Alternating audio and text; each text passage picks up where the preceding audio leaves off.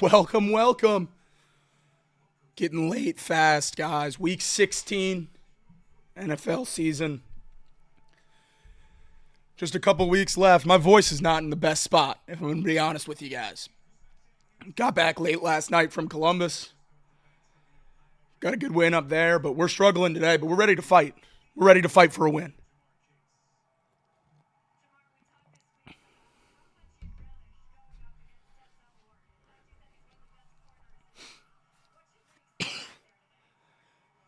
Last game against Cleveland was the worst passing game of the year.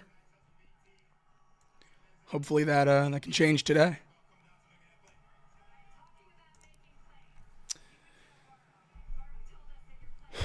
Love the orange pants. Orange pants, black jersey. Such a great look. Such a great look.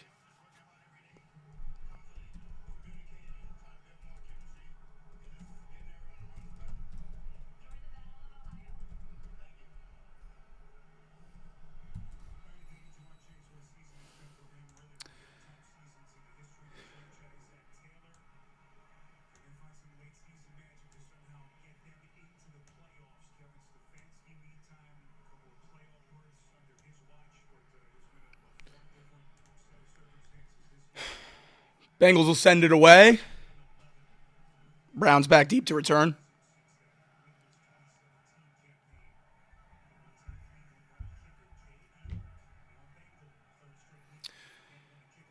Across the 20, chopped down right about the 20-yard line. Good kick coverage by the Bengals. Dejon Anthony, active again. DTR quarterbacking the Browns today. Not a very good quarterback. Certainly scares you in different ways than Jameis does, but he's far from good.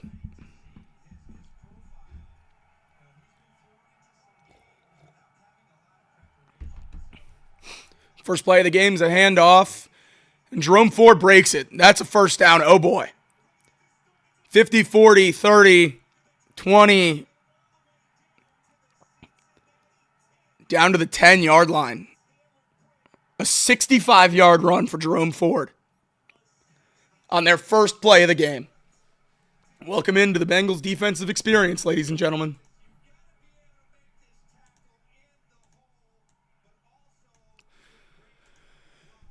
Welcome to the Bengals defensive experience. Jermaine Pratt misses the tackle in the hole. It's a 65-yard run.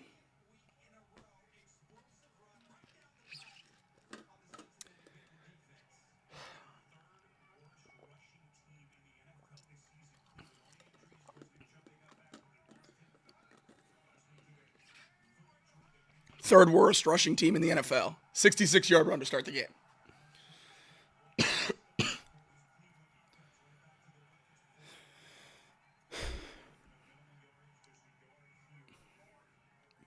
Gain of 1 for Jerome Ford there.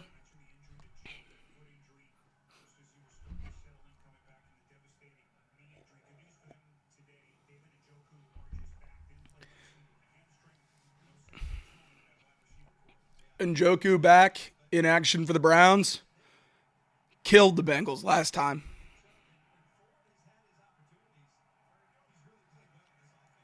DTR running. 3rd and 2.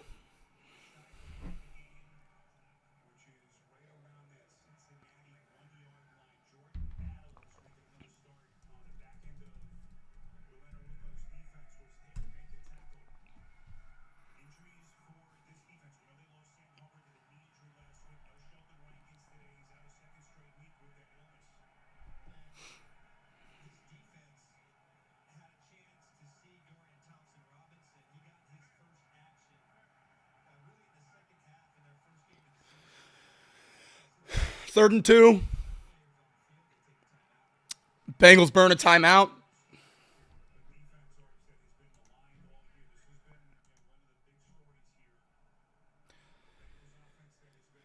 Brutal start.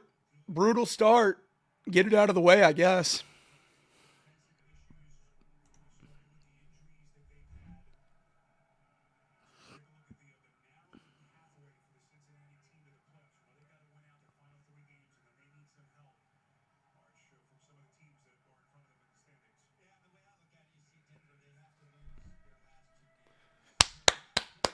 Third down.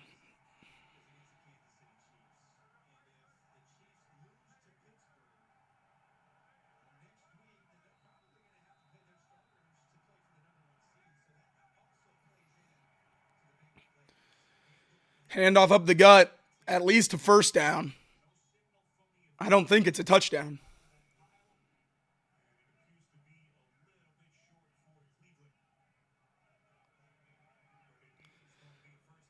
First and goal inside the 1 now for the Browns.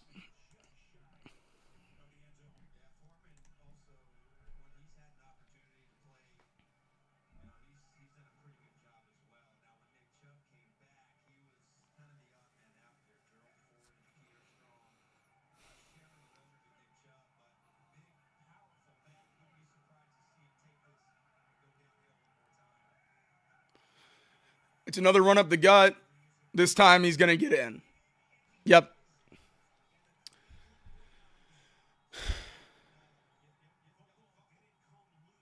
Wait. Ball out?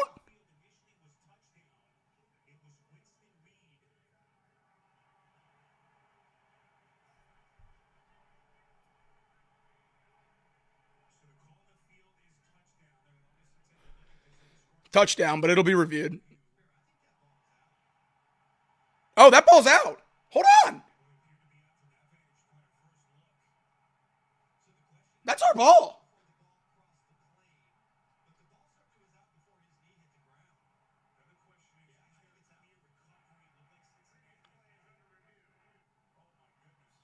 I think that's a fumble.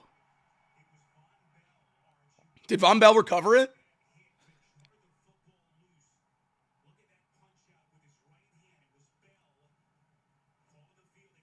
Did Bell grab it right there and then get it ripped out?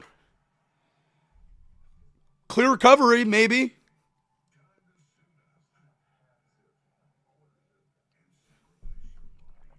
That rocks if that's the case. What a change that would be from the first play of the game.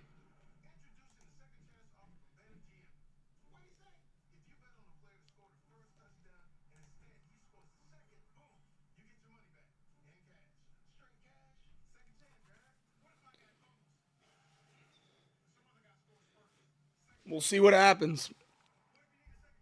We need a clear recovery, as Craig says.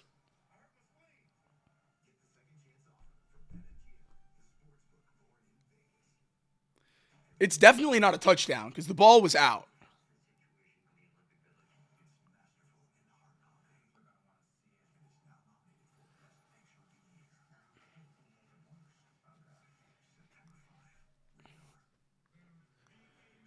Nervously awaiting the return to the broadcast. We know it won't be a touchdown. But is it Bengals ball? That's the question.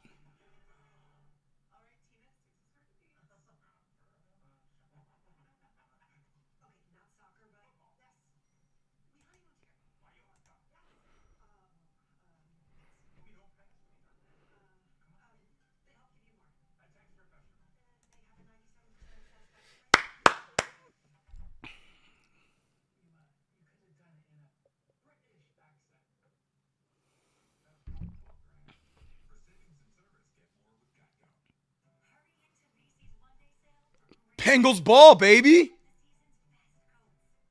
Let's go.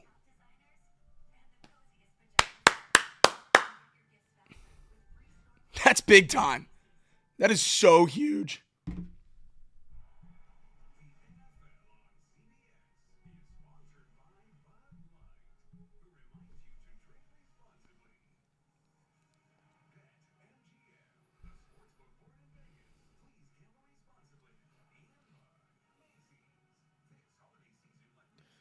Stripes doesn't look nearly as effective today. Call overturned. Bengals football. Good defensive stand. 99 yards for a touchdown right here. Let's go, baby.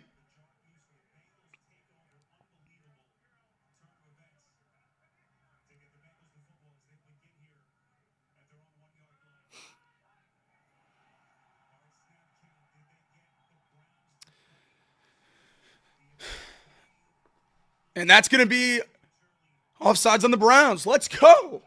Hard count gets them. Neutral zone infraction on the Browns. Give me some more space, baby.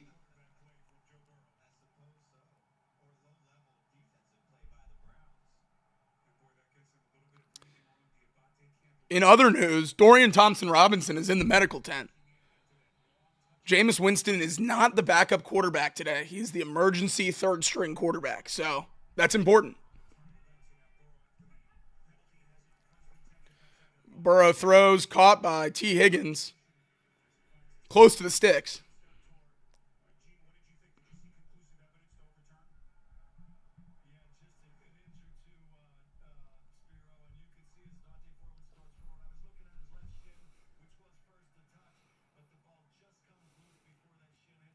Great play defensively.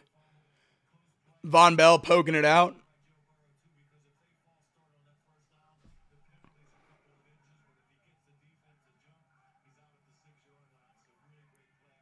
Second and 1 now.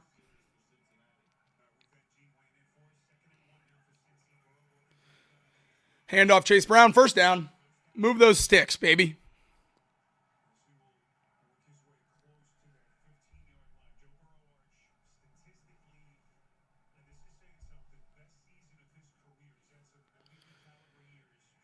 Joe getting his wristband back.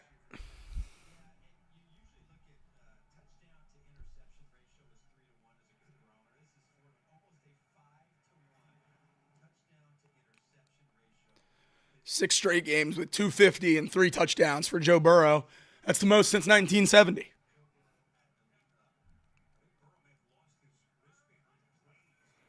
Jet sweep Jamar Chase. Good carry out to about the 20-yard line.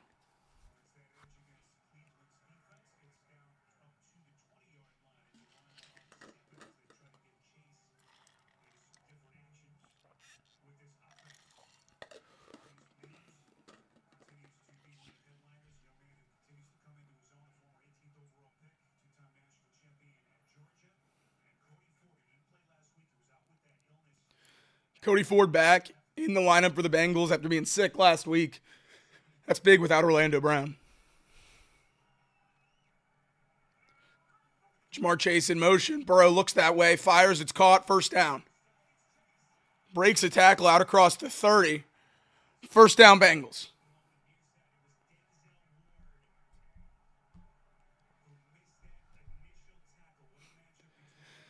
Denzel Ward, one of the best corners in football, but misses the tackle there.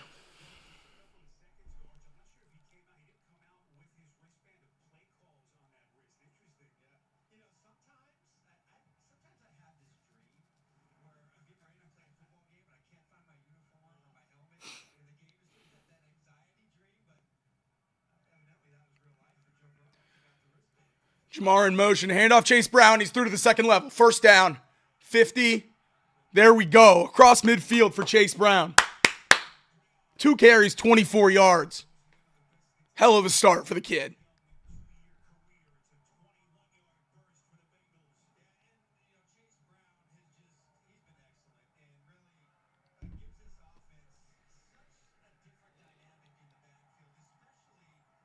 He's been such a good player for us, man.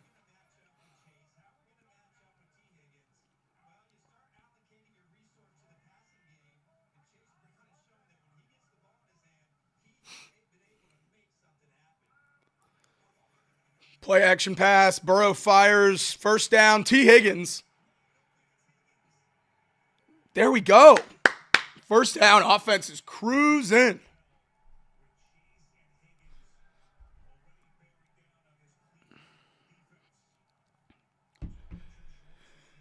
Craig says the Browns have shut it down already. Works for me. Works for me.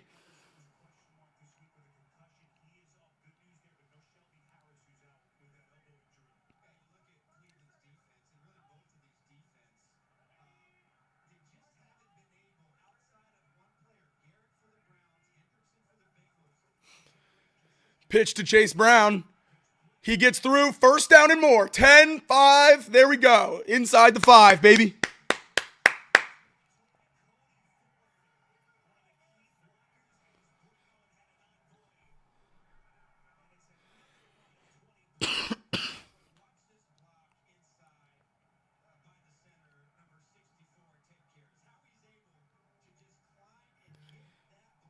Great block by Ted Karras.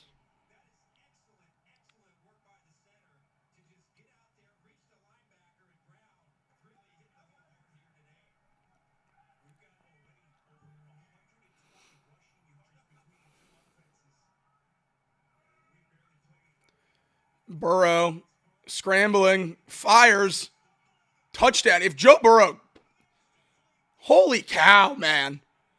Touchdown T. Higgins. Joe Burrow is incredible.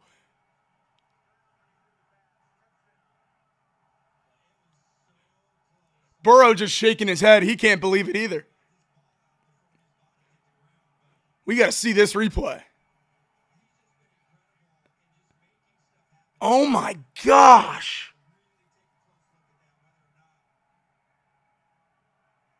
I think he got it off.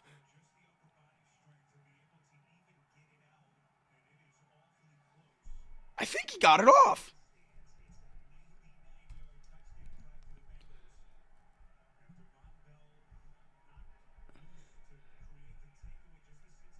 "99-yard touchdown drive if this stands."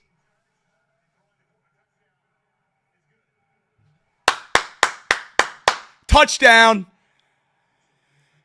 More Joe Burrow miracles, man. More Joe Burrow miracles.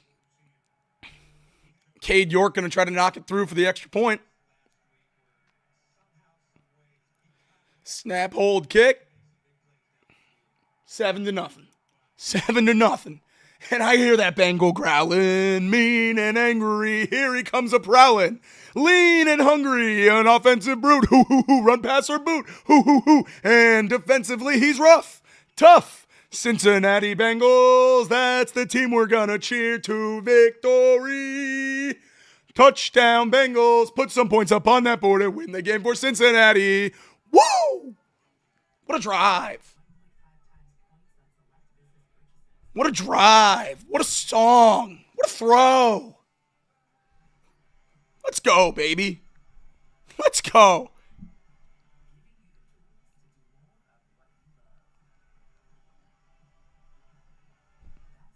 He's so good, man. He's so good. 7-0 Bengals. That's probably the only time the Browns are going to have a 70-yard first play.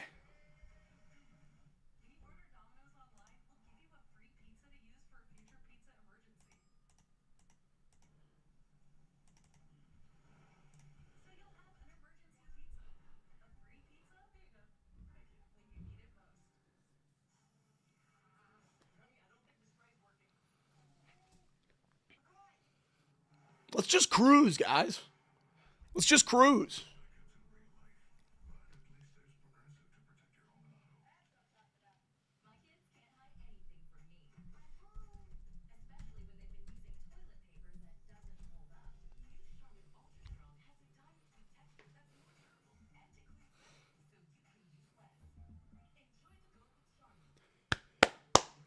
Great drive. Great drive.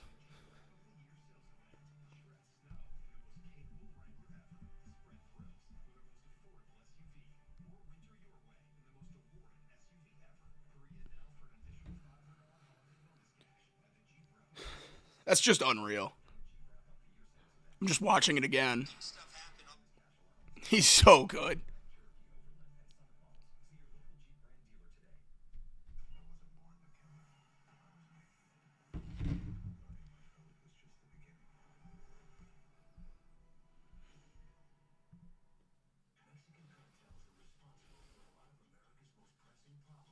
There we go, Mike.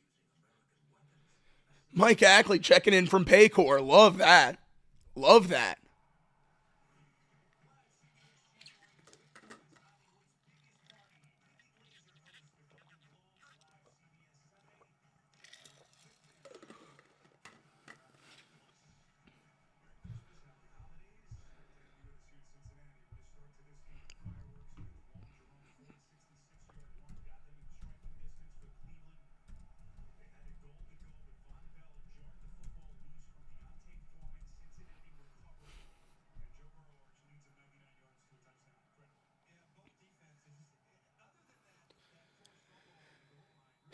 Cade York to send it deep.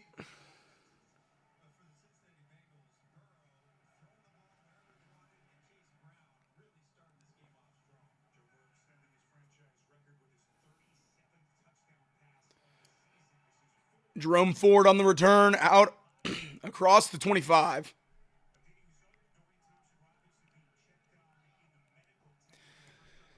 DTR went to the medical tent, but he's back out now.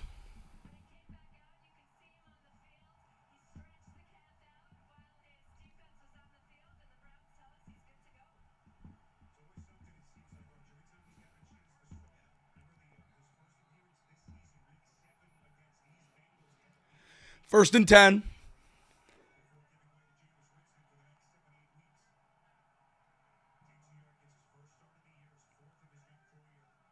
Mike Hilton on the blitz, and that's a sack.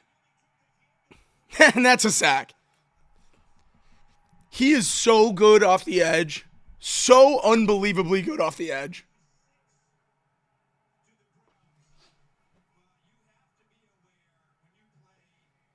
He's so good off the edge.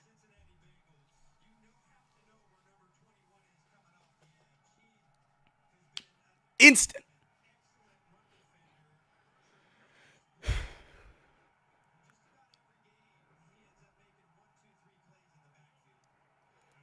DTR throws. Oh! Cam Taylor-Britt almost had it. Almost had it. Almost had it. Oh.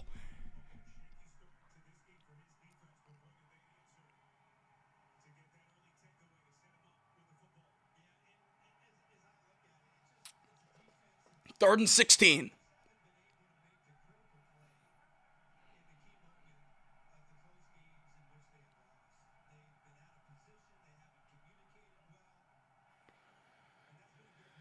Tight end screen, Jordan Akins. Modest gain, tackled about the 28-yard line. Well short. Well short of the first down.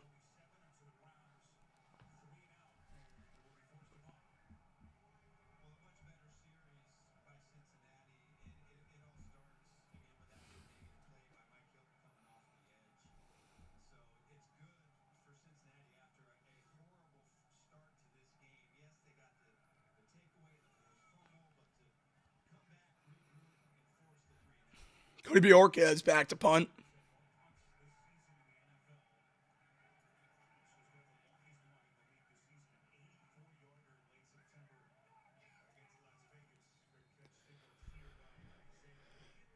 Fair catch, Isaiah Williams. Burrow in the offense back on the field.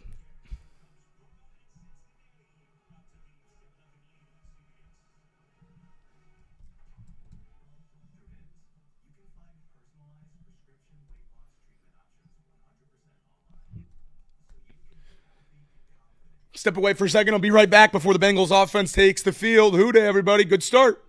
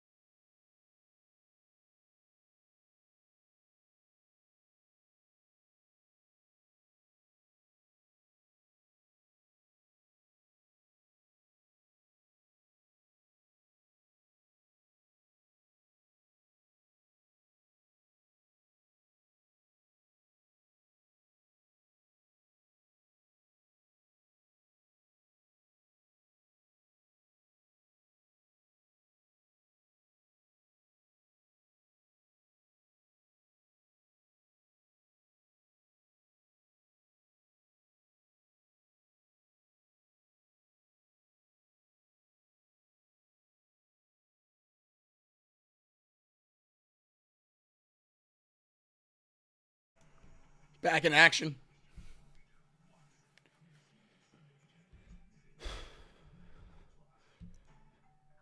Bengals will try to add to their lead.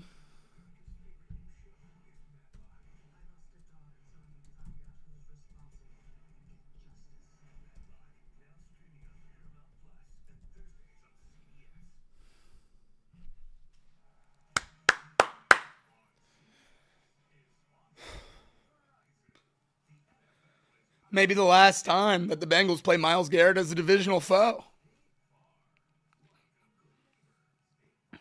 He said earlier this week that if the Browns don't demonstrate a plan to him to immediately compete, then he's going to want out. Kenny Pickett just threw a touchdown. Jalen Hurts hurt. Kenny Pickett in the game. Play action pass for the Bengals. Joe running, fires. Jamar Chase, first down. 15 yards, Joe to Jamar.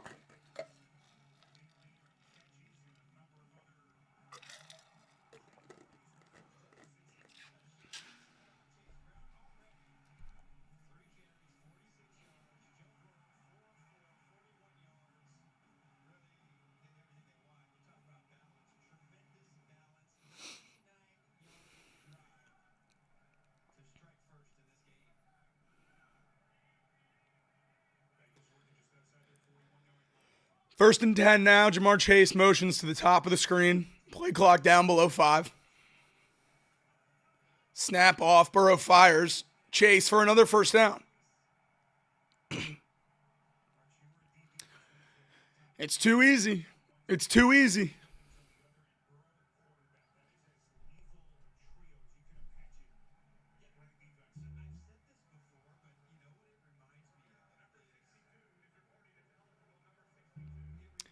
Matt Lee in the game and eligible.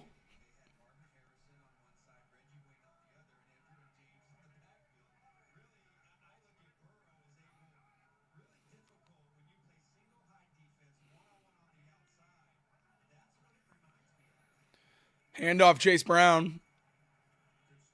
Out to the 45.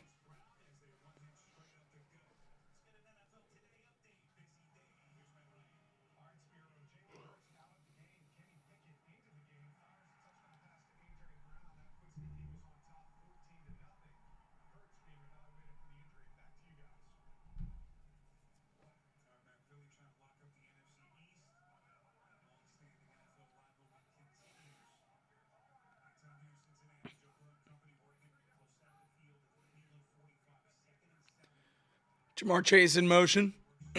Burrow takes the snap. Play action pumps. Gets it to Chase Brown. First down. Wow. What a great player.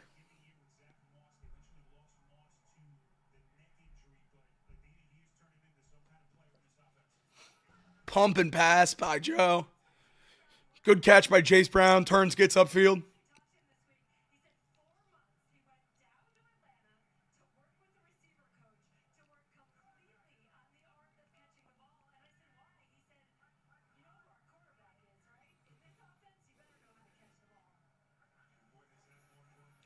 Burrow throws. T. Higgins, 9 yards. Going to be 2nd and 1. Just cruising. Just cruising. It's a well-oiled machine.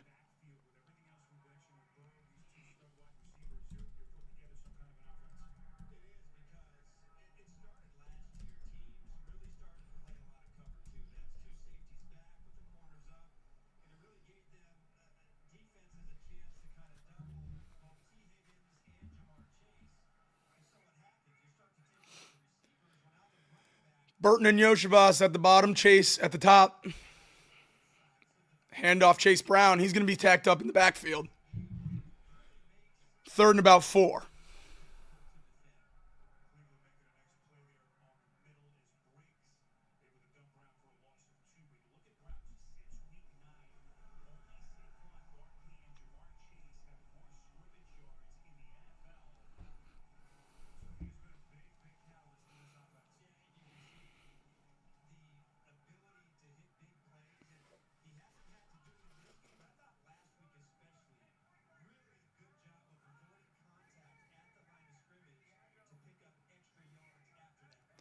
Third and 3.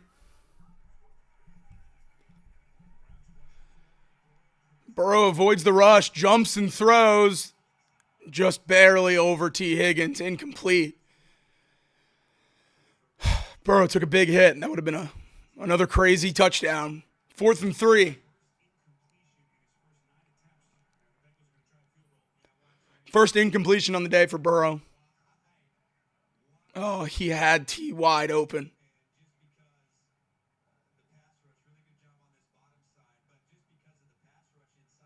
Oh, man. That's tough.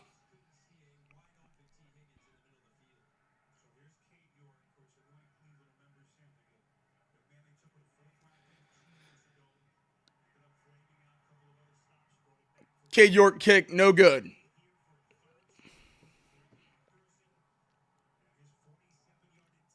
Nice. Nice.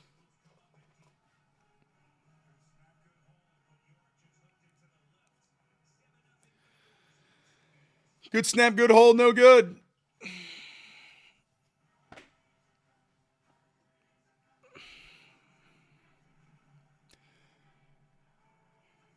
Bengals special teams has been so bad. The kicking has been so bad.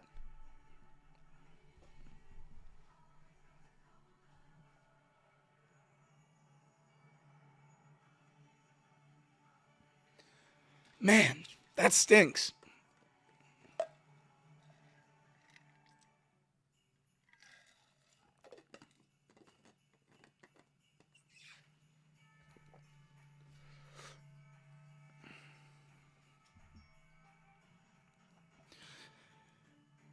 Kicking has cost us a ton this year. We blame the defense a lot, and rightfully so, but you change a couple kicks, and we're comfortably in the playoffs right now.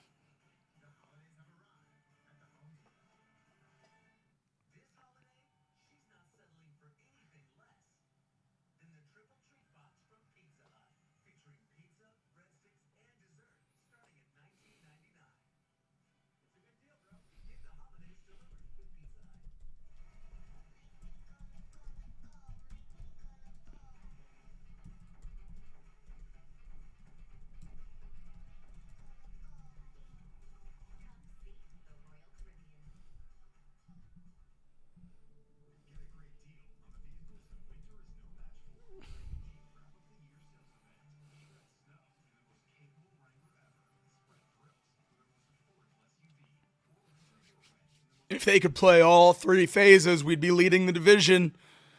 That's right, Derek. That's right. If the defense and special teams were league average, we'd be in the hunt.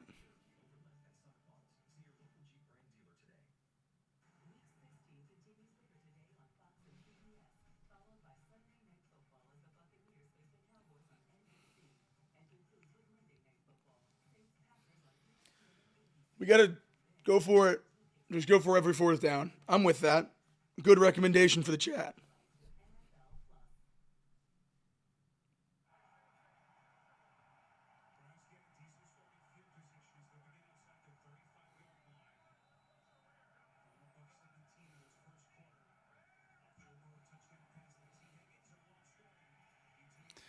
DTR scrambling, and he's sacked. Chris Jenkins, baby. Who says he's not a pass rusher? There we go, baby.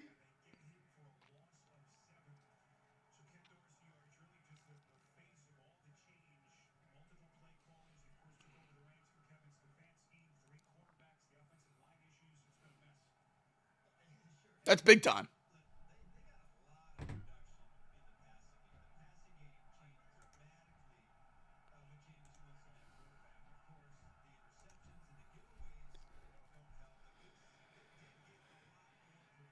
This time of carry, Pierre Strong out across the 25.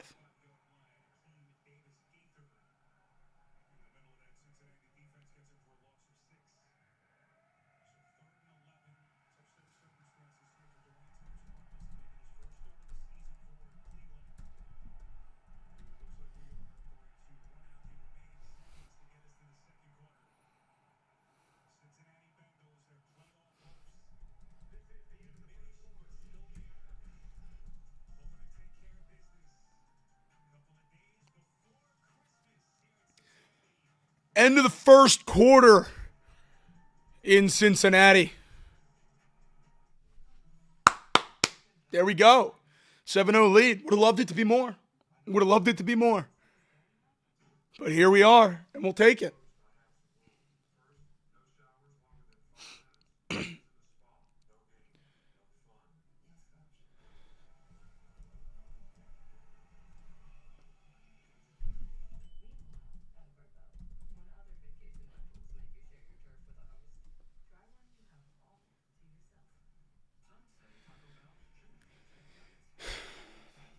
Third and 11 for the Browns when we come back from the first quarter break. Titans up 7-0 after one, Aaron says. That's big. That's big.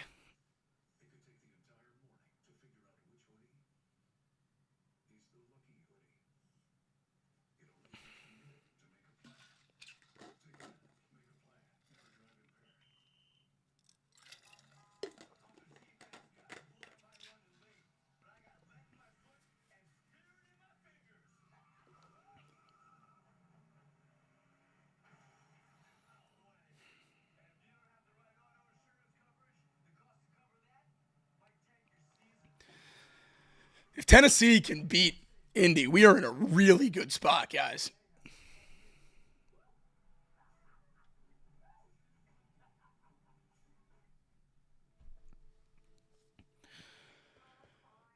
Detroit up big on Chicago. Philadelphia controlling the game against Washington. Jets up 6 on the Rams. Giants leading the Michael Penix-led Falcons 7-0.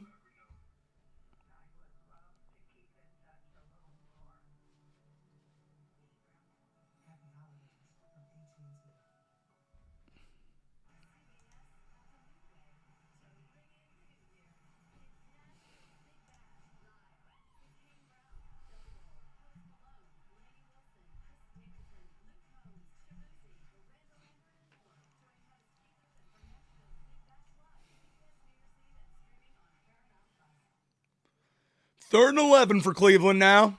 DTR in the shotgun.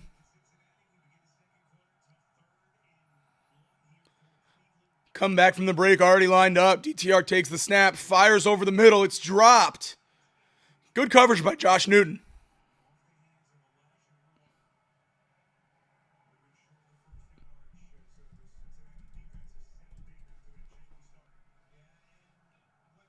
Fourth and 11. Punt it away.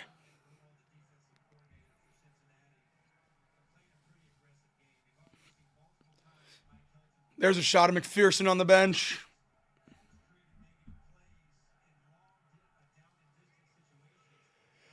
That's a good drive, defense.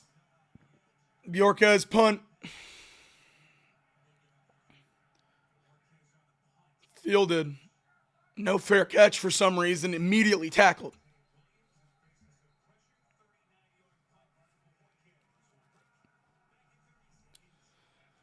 "39-yard punt for Bjorkes. Bengals offense will take over from their own 26-yard line.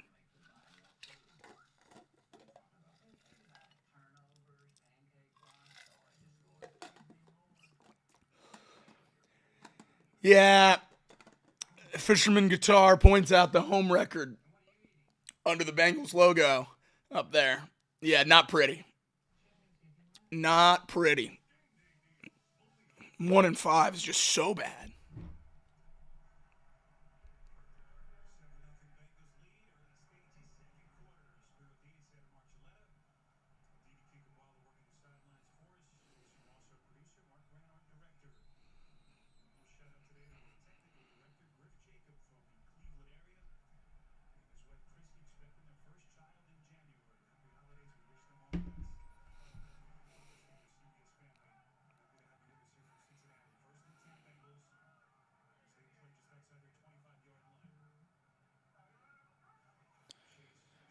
Chase motion, handoff to the other Chase.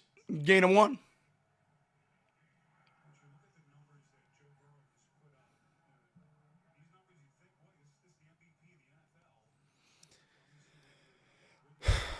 MVP graphic like every broadcast. Talking about how great Joe's season is. But the 6-8 record.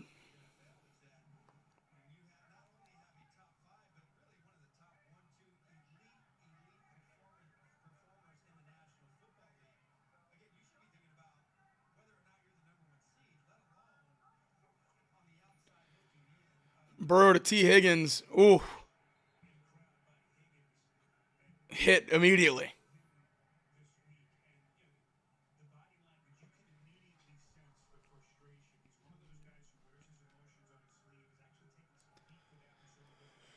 Third and 2.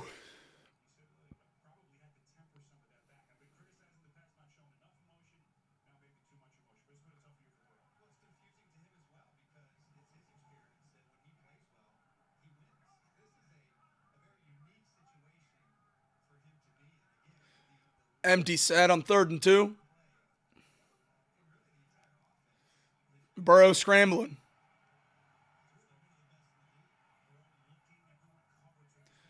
Throws it away. 4th and 2.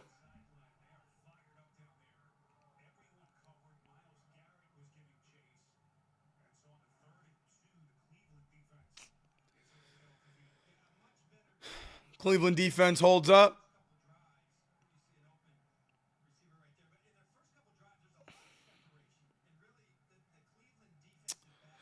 That's tough.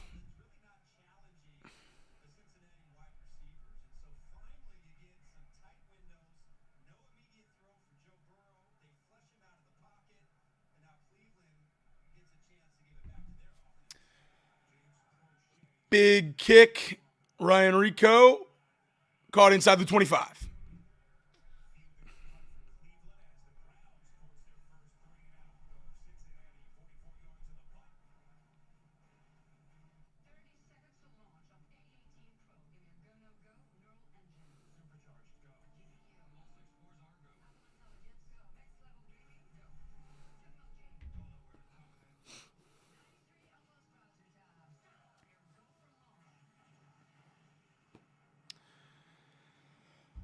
Here we go. Bengals offense is stalling, and Casey McAllister's in the chat telling you why. It's because we don't got enough likes. Likes mean wins, guys. We got to get these likes up, and the Bengals offense start rolling again. There we go. It is science. That's right. That's right, Mod.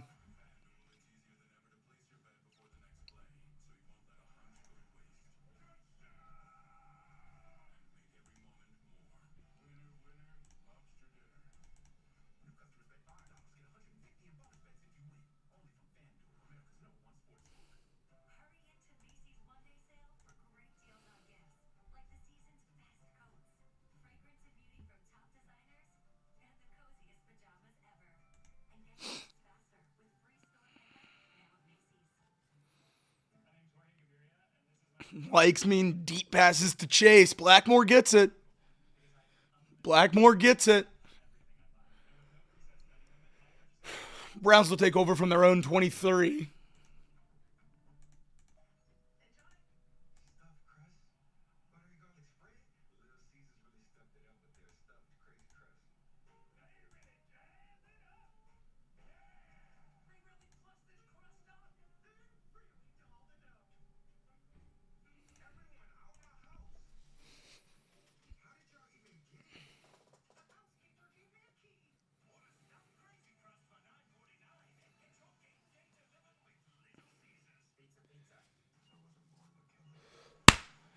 It was a 47-yard field goal, I believe, Maverick. I'll check on that.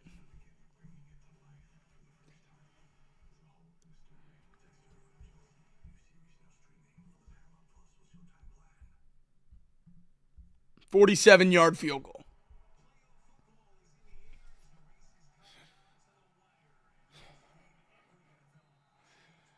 Colts have tied it up with the Titans 7-7.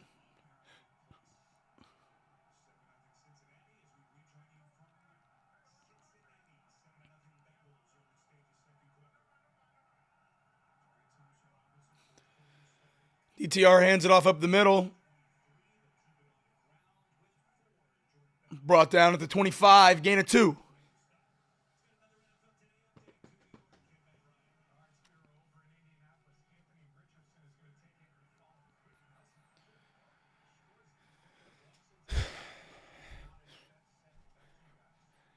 Anthony Richardson, top 5 power back in the league.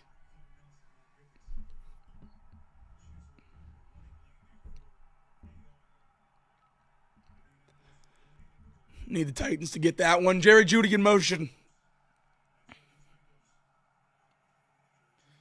DTR sacked. Trey Hendrickson. Here we go. Sack lead keeps growing, baby. Sack lead keeps growing.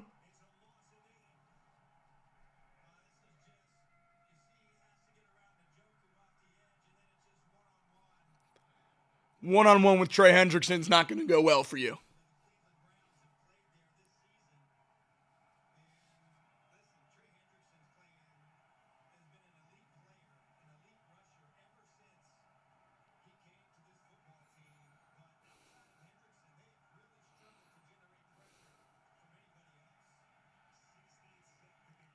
DTR throws on 3rd down, incomplete.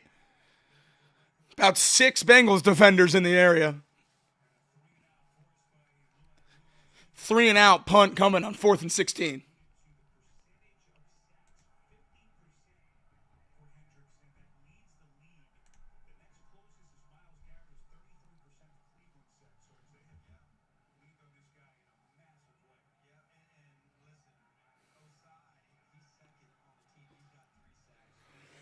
Bajorquez descended deep.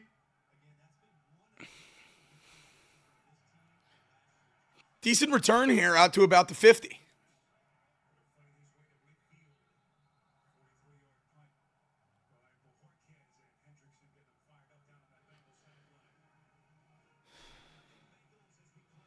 Seven nothing Bengals lead with 11 and a half minutes to go here in the first half.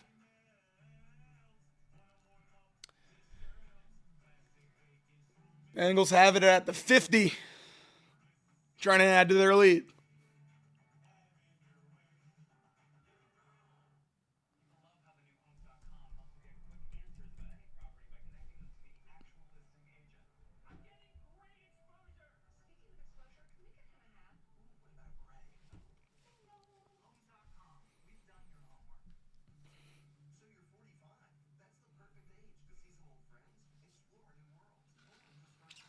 Just go down and score. 14-0 at half. We'll feel good about that.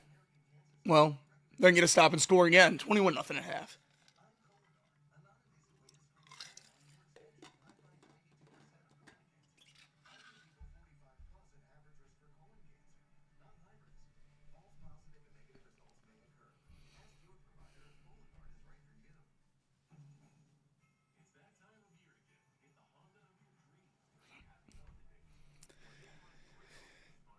The chat's making some good points out here. Whoever determines how to get rid of the delay on streaming, they deserve a Nobel Peace Prize. And I agree with them.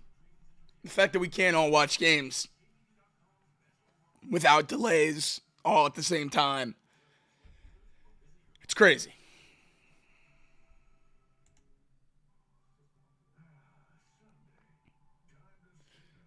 First quarter, Sean Connor says, what a monster first quarter for Saquon. So I had to go take a look. There's a minute and 30 seconds left in the first quarter in the Philadelphia and Commanders game. He has 109 yards and 2 touchdowns. Saquon Barkley, 7 carries, 109 yards, 2 touchdowns with a minute and a half left in the first quarter. I hope you're not playing against him in your fantasy playoffs.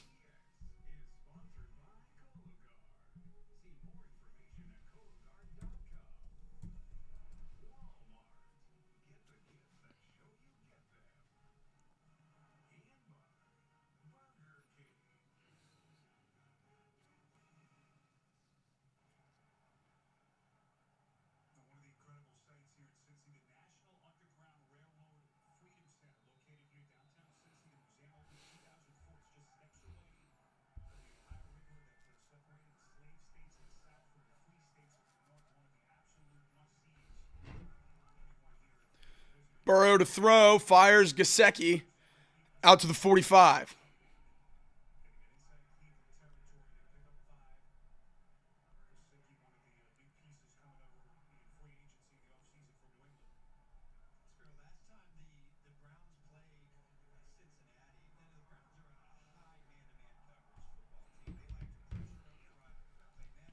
Second and 5 now for the Bengals. Joe Burrow under center.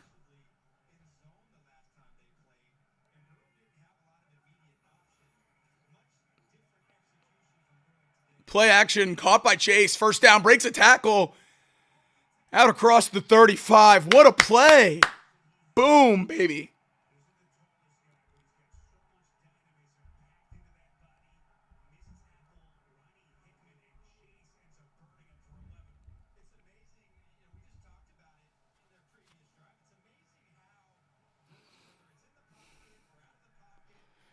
So strong. Jamar Chase break out of that tackle.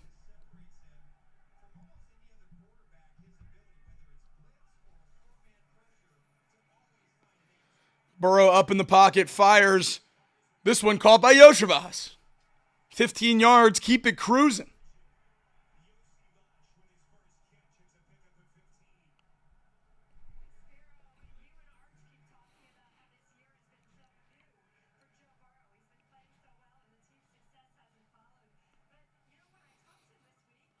Under 10 minutes to go.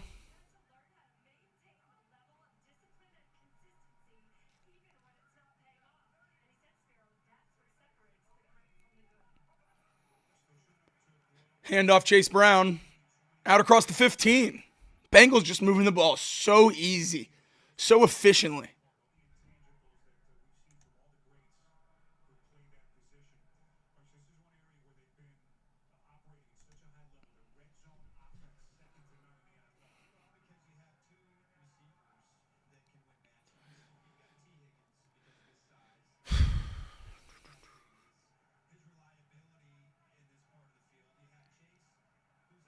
Fourth best red zone TD percentage in the league this year for the Bengals offense.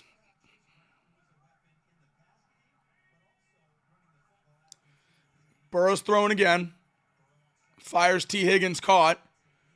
Right about the 10. It's going to be 3rd and 1.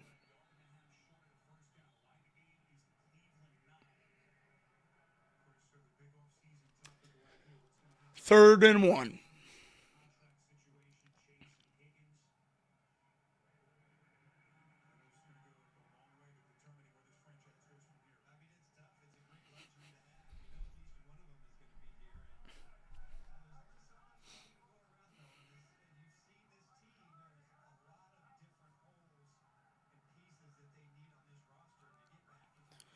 Gesicki in motion. It's a handoff. First down. Down to the 6.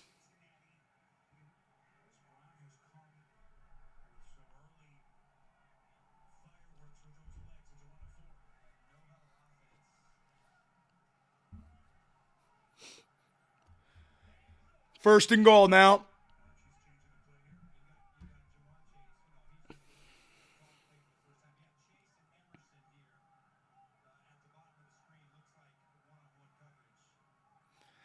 Jamar Chase, bottom of your screen.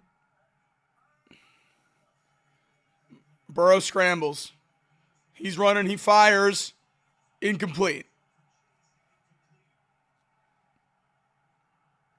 He almost had him. Almost had him.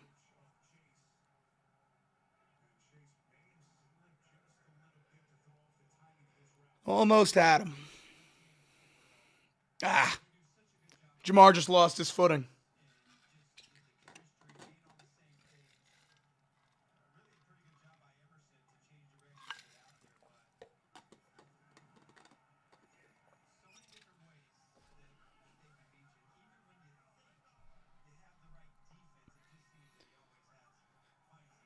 Yoshivas in motion. Burrow to throw. That one's incomplete. 3rd and goal.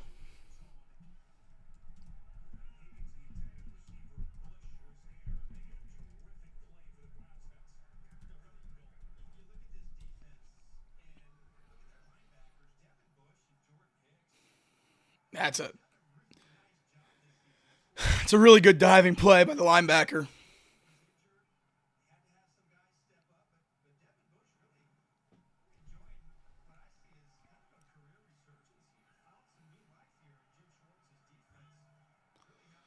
3rd and goal now.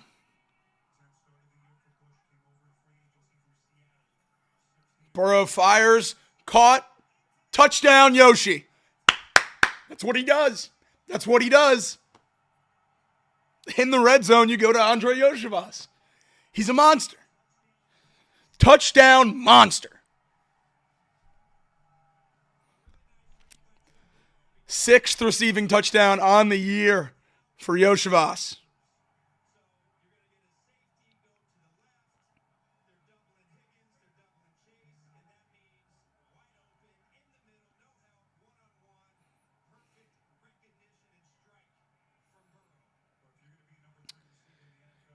Cade York out for the extra point. Snap, hold, kick. It's good, and we're singing the song. I hear that Bengal growling, mean and angry. Here he comes a prowling, lean and hungry. An offensive brute, hoo, run pass or boot, hoo. And defensively, he's rough, tough. Cincinnati Bengals, that's the team we're gonna cheer to victory. Touchdown Bengals, put some points up on that board and win the game for Cincinnati. Woo! There we go. There we go. 14-0.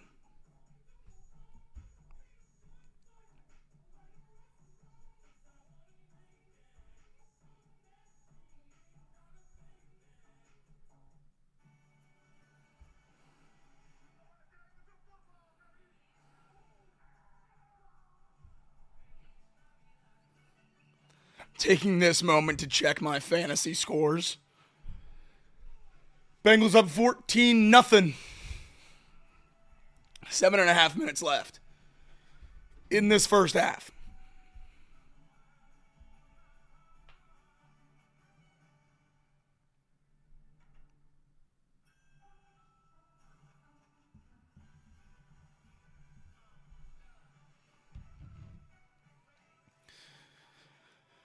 Colts now up 14-7. Thank you, Craig, for the update. Jonathan Taylor touchdown, and evidently he held on the ball this time.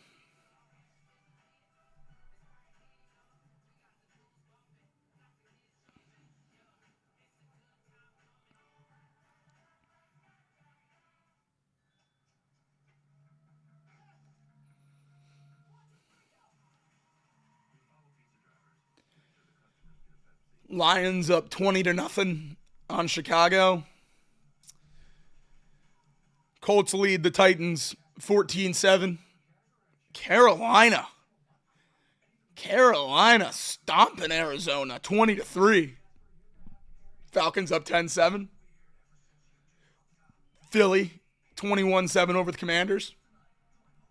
And the Rams and Jets tied at 6.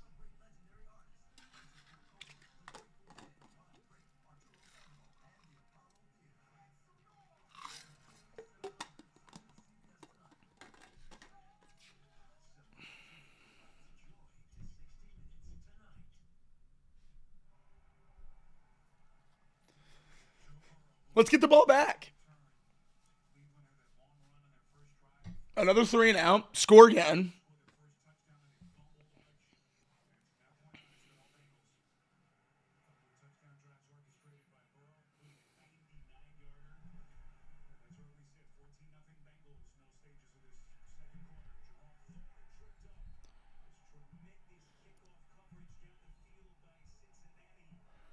Great kickoff coverage there.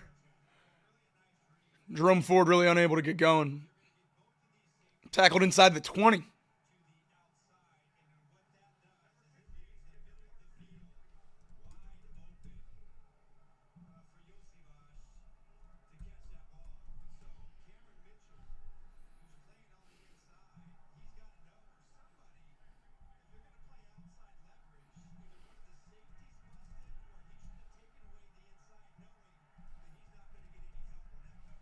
Bengals defense back out there, play action.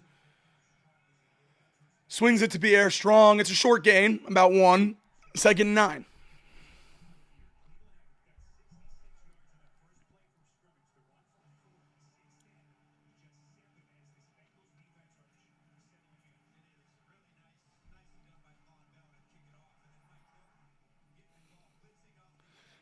Bengals defense looks good today.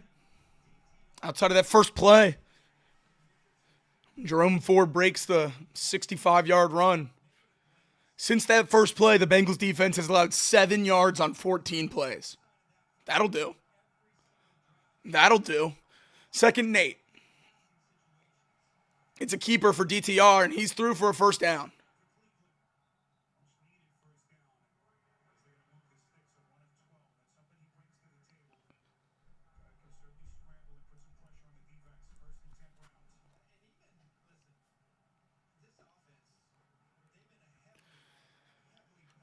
Just a read option play there. We're going to get that a lot with DTR in the game.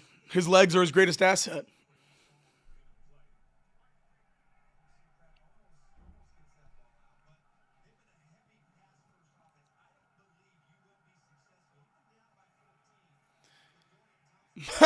Mike Hilton again. Mike Hilton again. Straight through. Grabs the leg, brings down DTR. What a play, Mike. What a play. He's a damn good blitzer, man.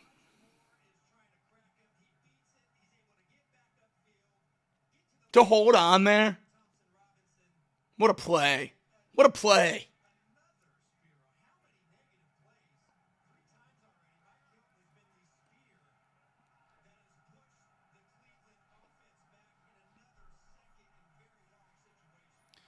This ball to Jerry Jeudy, caught at the 30. It's going to be about 3rd and 10. 3rd and 12.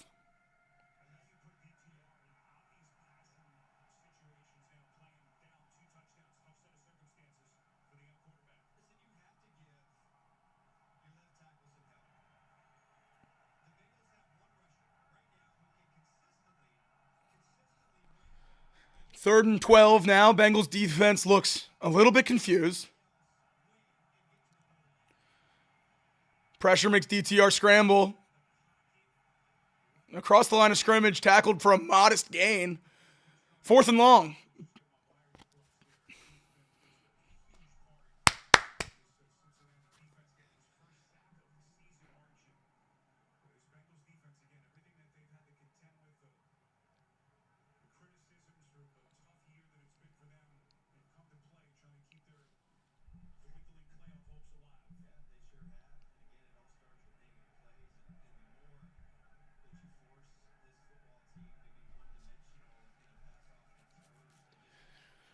Borges punting again.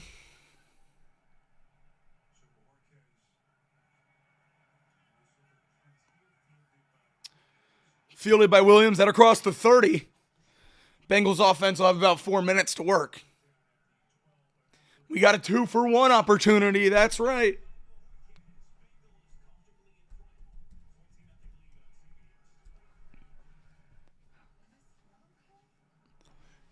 That's right, Craig. Give me 2-for-1s in the chat. We know how this works. 2-for-1s in the chat. We got 3:50 left in this first half. Bengals get the ball. 2-for-1s.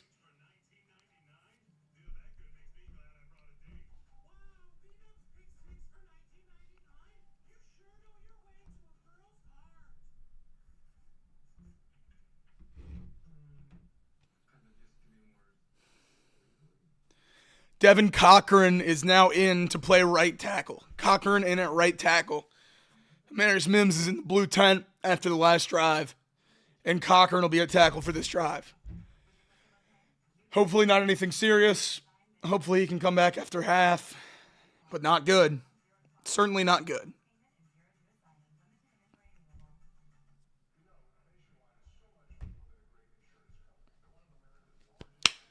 Two-for-one time. Bengals ball on their own 33-yard line.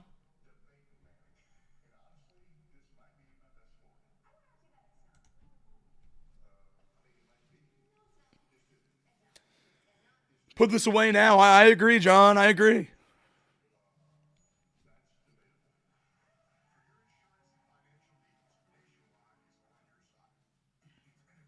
Rick wants a 3-for-1? Yeah, I'm in.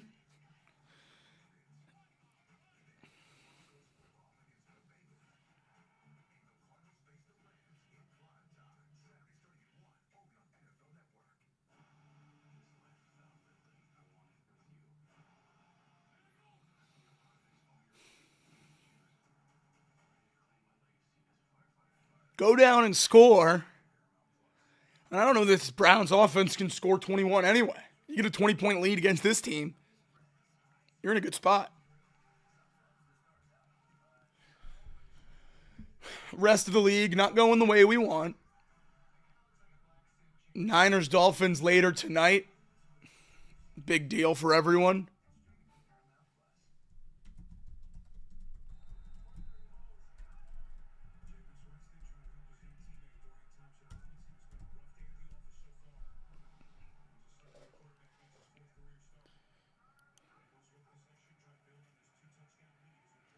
Burrow running, throws, barely gets it away. Caught by Sample, first down. What a play. What a play.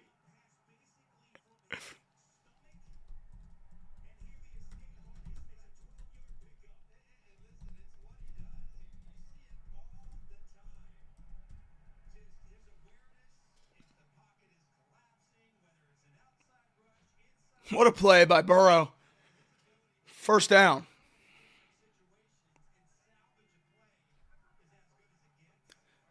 Handoff Chase Brown. Modest gain, 3 yards.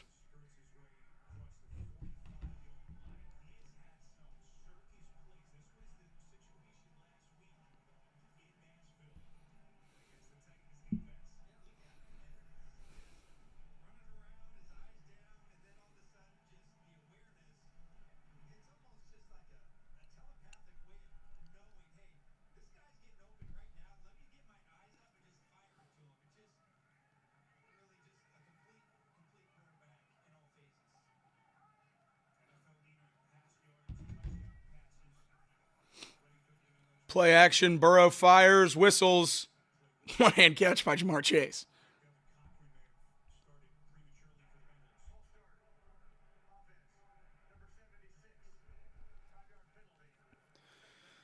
False start on Devin Cochran in the game for an injured Amarius Mims, as we mentioned earlier.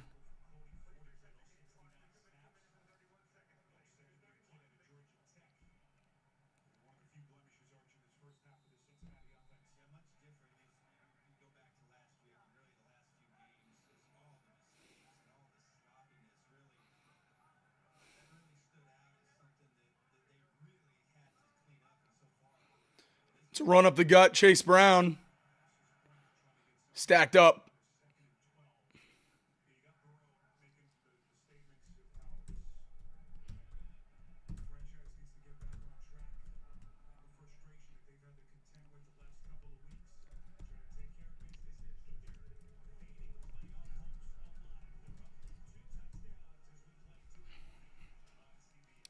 Two-minute warning here in the first half of the Ohio Cup football edition.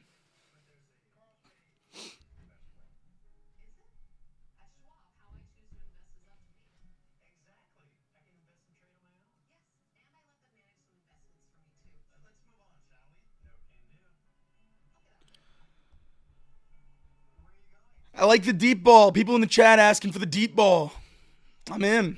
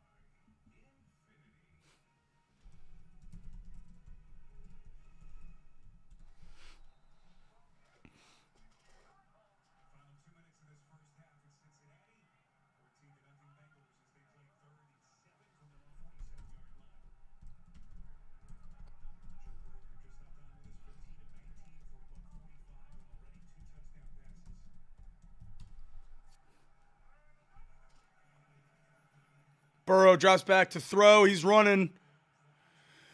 He's going to go for the first down. He does. Across the 40. Good run by Joe. First down, baby.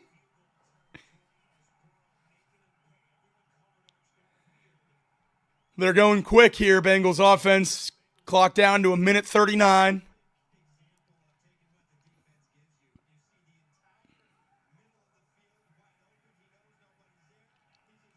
Burrow sacked by Myles Garrett.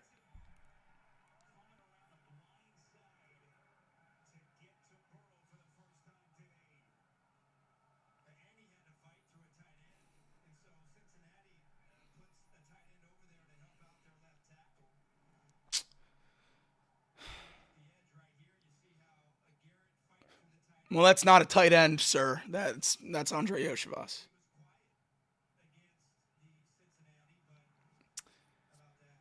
100 career sacks. Fourth fastest player to reach 100 sacks, Myles Garrett.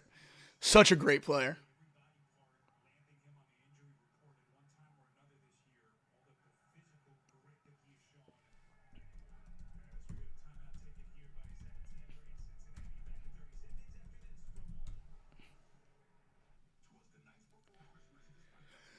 Bengals timeout.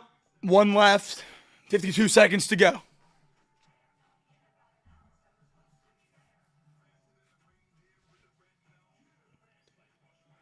Look, if you can score here, this is a really good half. 21-0. There's nothing to complain about there.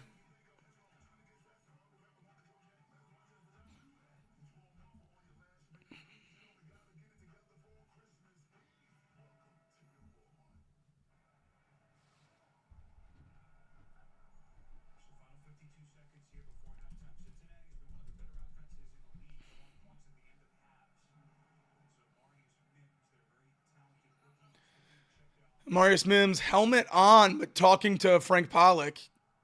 Doesn't look happy.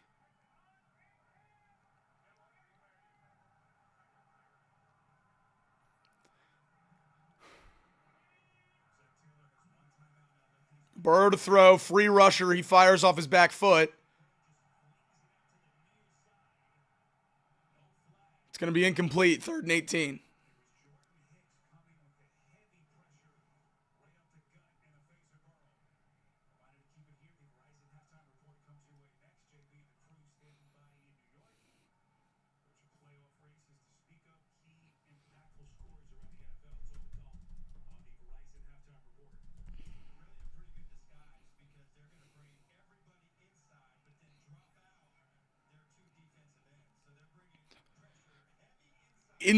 Instant interior pressure on that one.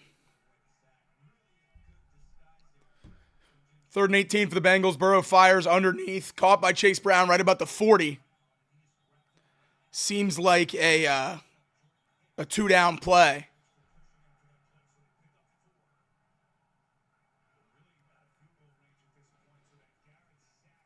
4th and 14. Maybe they are just going to punt it away.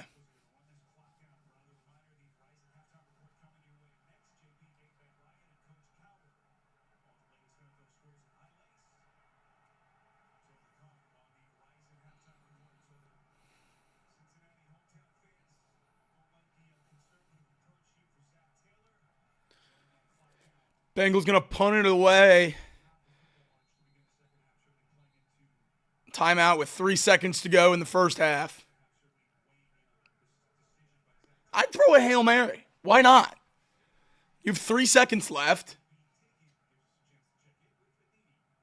Why would you punt it?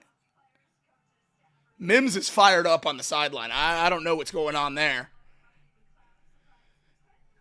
Zach Taylor just having to go try to talk to him.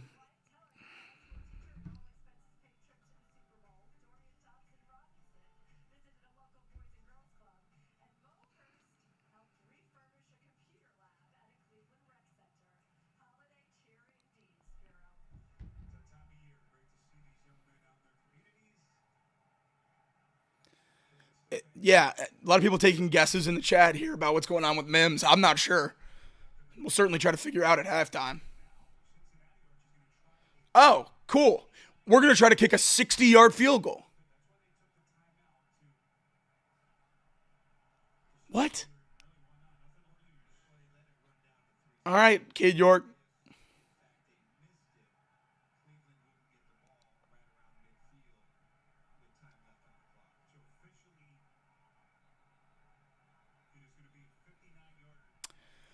Stefanski to ice him.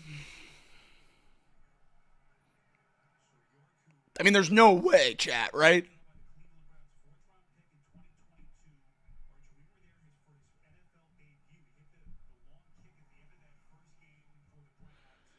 Career long of 58. This attempt to 59.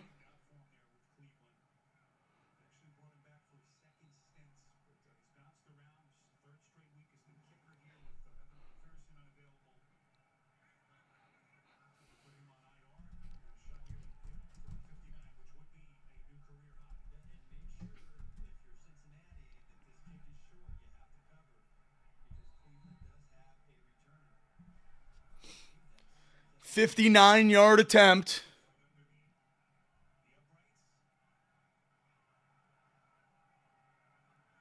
Snap, hold, kick. Oh my God. Oh my God. Oh my God. Cade York. Cade York. 17-0 Bengals lead at half. 59-yard kick from Cade York. Holy cow. Holy cow. Well, that's his range.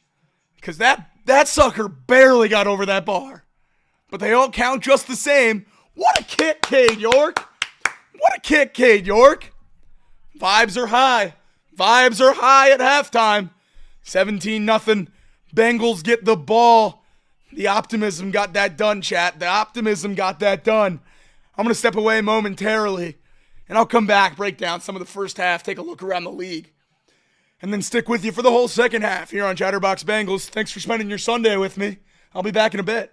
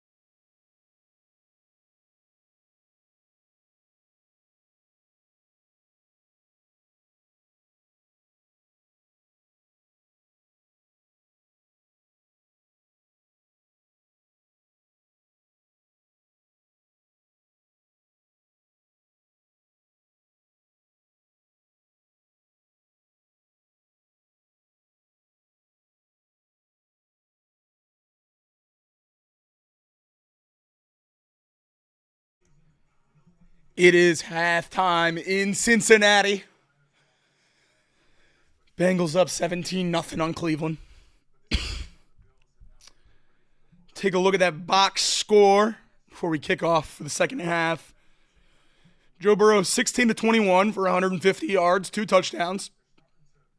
Sacked once. Chase Brown 10 carries, 65 yards, 6.5 yards a carry, just insane. And then Joe Burrow with the 1 carry for 16 yards himself. Jamar Chase leads the receivers, 4 catches for 50 yards. T. Higgins right on his heels, 6 catches for 47, and he tacked on the touchdown as well. Andre Yoshivas 2 for 21 in the touchdown. Von Bell forced the fumble and recovered it down near the goal line. Mike Hilton leads the team in tackles with 4, 2 tackle for losses, no sacks, because both of those plays were read options and not sacks on those plays. So the 2 Bengals sacks come from Trey Hendrickson and Chris Jenkins, 1 apiece. On the Browns side, 3 for 6 for only 15 yards for DTR through the air. Jerome Ford, 3 carries for 69 yards, but his first carry was for 66. So the Bengals have done a good job against the run since then. DTR 5 on the ground for 10 yards. The leading receiver for Cleveland, Jordan Akins, and he just has 1 catch. 1 catch for 8 yards. Jerry Jeudy, 1 catch for 5 yards. Pierre Strong, 1 catch for 2 yards. And Donta Foreman was the one that lost the fumble.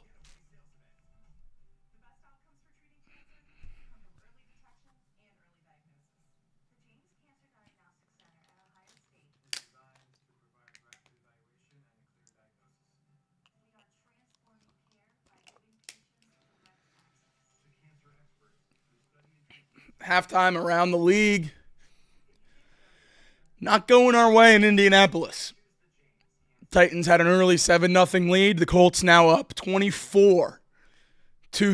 The Cardinals clawing back. 17-20, they trail the Panthers. Giants down 10, 17-7 against the Falcons. Philly only up 7 now on Washington at the 2-minute warning in the first half there. And already underway in the third quarter. The Jets lead the Rams 9-6.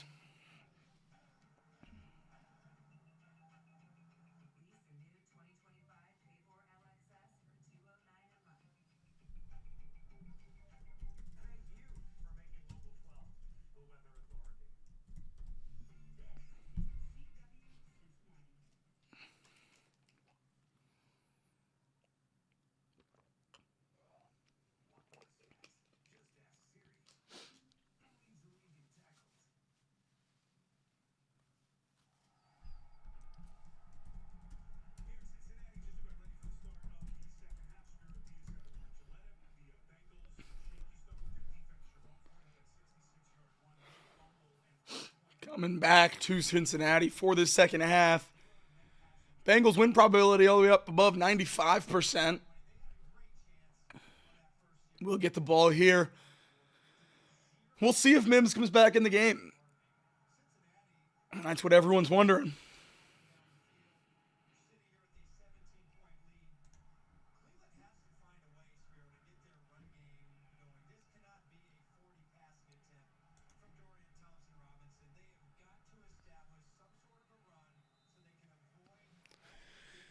Here we go. Dustin Hopkins to kick it off for the Browns.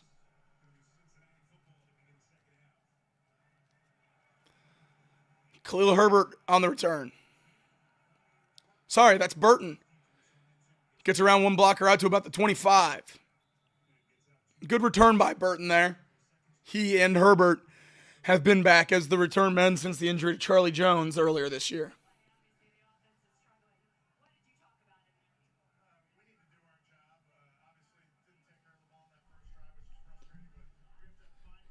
Correct. That is correct, Nate Johnson. The Browns have 0 net passing yards. 2 sacks for 15 yards. DTR just 3 of 6 for 15 yards. Amarius Mims back in at right tackle. A sigh of relief for all Bengals fans. Burrow fires, and that first down play is caught by T. Higgins.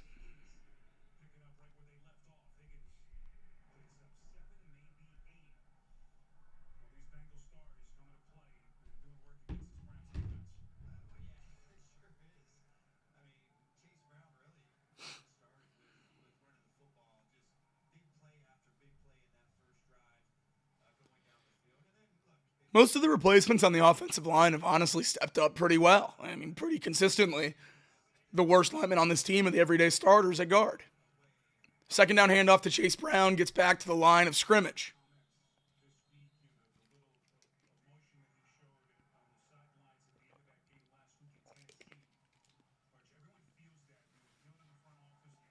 Third and 3 now for the Bengals.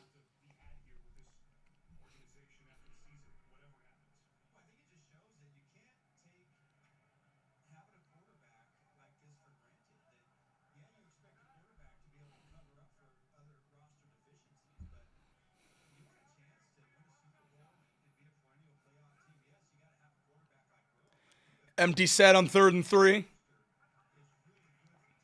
Burrow fires quick. Chase Brown caught, first down. There we go, baby. Great play. Great play.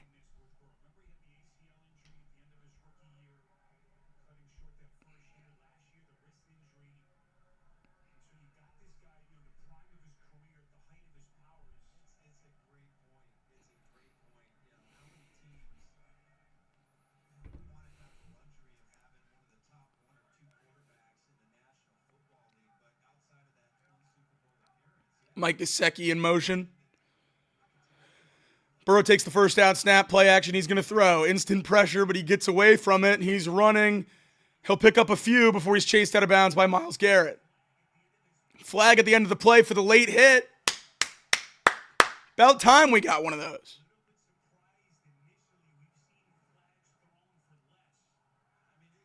Oh, no flag? I thought they said they threw the flag. Man. A lot of good quarterbacks get that call. A lot of good quarterbacks get that call.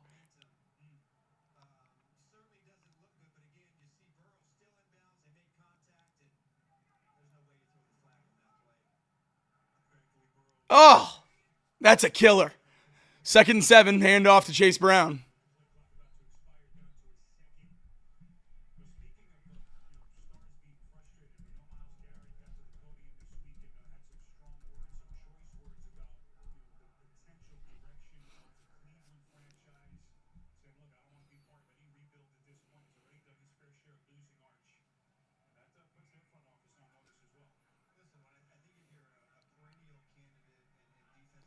Here we go, 3rd and 4. T. Higgins motions across the formation. It's Chase Brown, Jamar Chase, and Yoshivas in the trips down at the bottom of the screen. Burrow fires to the top. T. Higgins, miscommunication. That ball goes out of bounds, 4th and 4.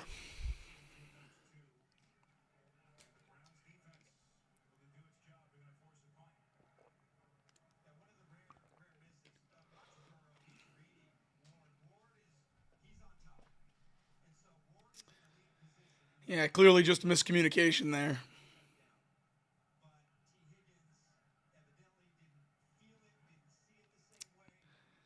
That's tough. Rico to punt. First punt was 43 yards. This one takes a good bounce at the 15, tackled at about the 12. Great play, DJ Ivey.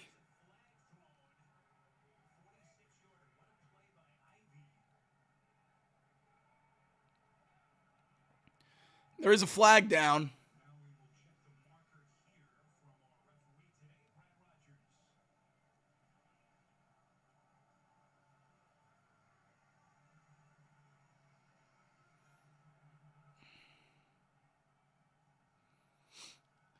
Refs conferencing with Stefanski means it's going to be on the Bengals.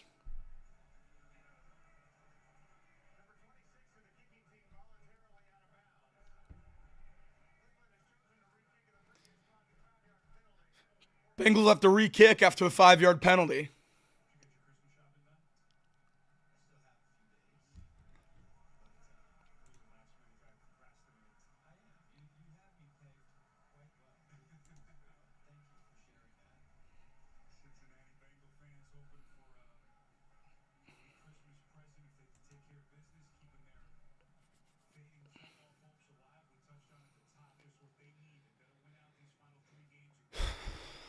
Special teams has been a major problem. Not just missed kicks, but penalties and everything as well.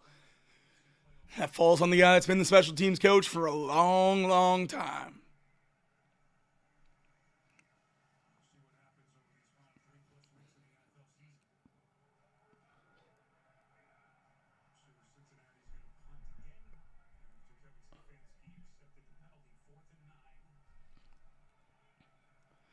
Fourth and 9, punting again is Rico.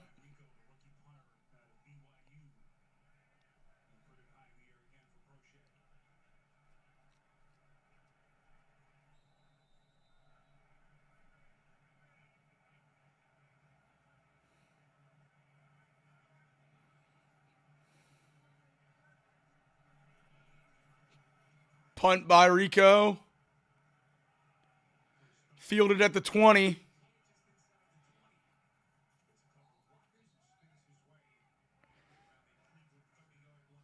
Brought down on the sideline.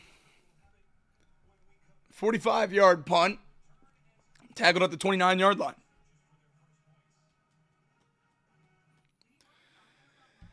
DTR and the Browns offense back on the field against this Bengals defense. Bengals defense has played well so far today. No, this Browns offense is nothing to write home about, but when you got a shutout.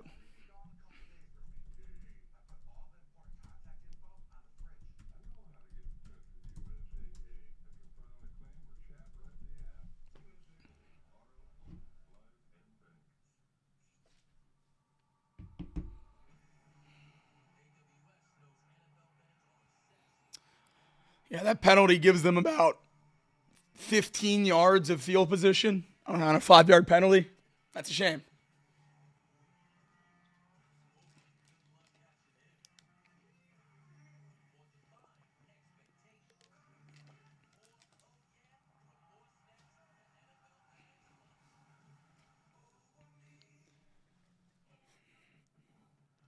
Nate says you never know when the defense will have a big miscommunication and fall apart. Yeah, it's always the worry with this unit for sure. No question about it. That's why a multi-score lead is always where you want to be with this defense.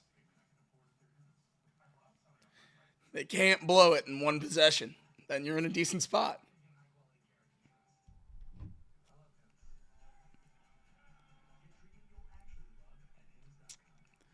Colts are now up 31-7. Man.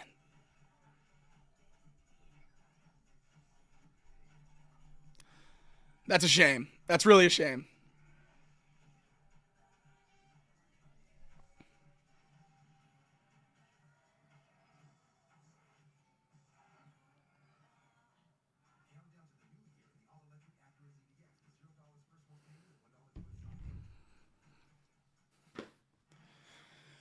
Titans are not putting up the fight we needed him to, guys. 31-7. Jonathan Taylor's going crazy. 2 touchdowns. Nearly 200 yards on the ground. Sitting at 190 right now.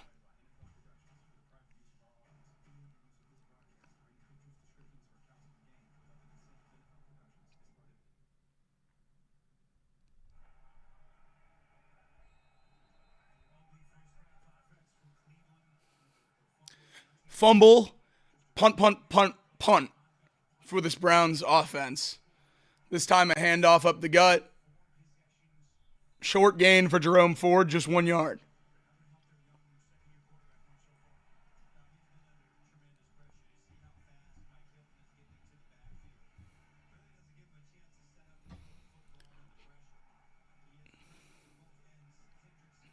Bengals defense just flying around. You could probably count on one hand the amount of times we've seen a positive Bengals defense compilation on a broadcast. And there we go. They're having a good day. DTR throwing on second down. He fires, caught by Njoku. Njoku's first catch of the day. He killed the Bengals last time. Didn't play last week. Didn't practice this week until Friday. But in the game, and he's been a Bengals killer in his career, so surprised he hasn't been more involved in the game plan so far. 3rd and 6 now for this Browns offense.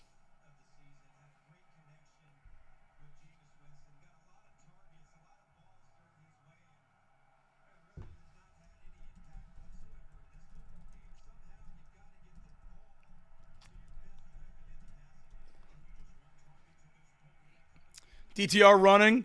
He turns to throw, fires back towards midfield. That one is caught by Jerome Ford. Wow. What a play there.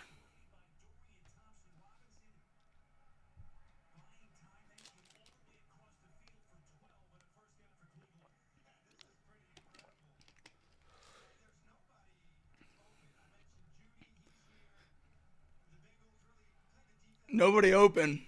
DTR just makes something happen.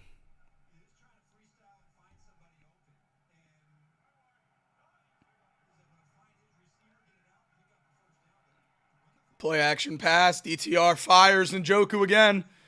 This time out across the 50.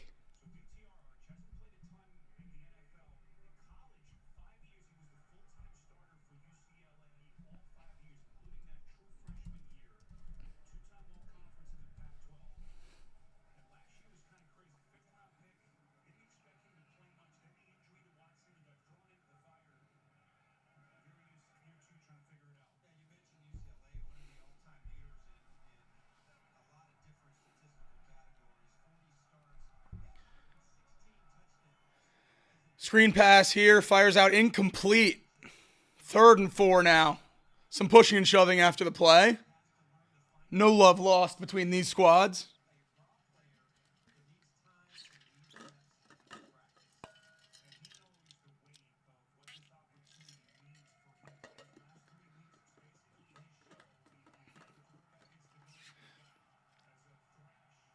Not a great ball from DTR, but certainly not bad. Got to catch that.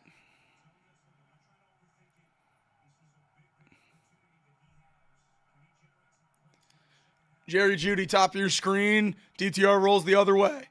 He gets out of the pocket. He gets across the line. Tries to go through Jordan Battle for the first down. We'll see where they mark it. They give it to him. Way to fight for it, DTR. That's a good play.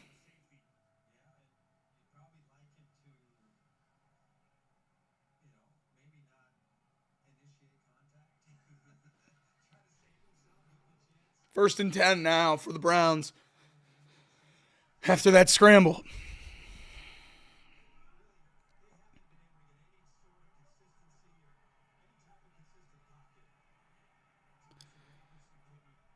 Thompson Robinson fires out of bounds. 2nd and 10 now.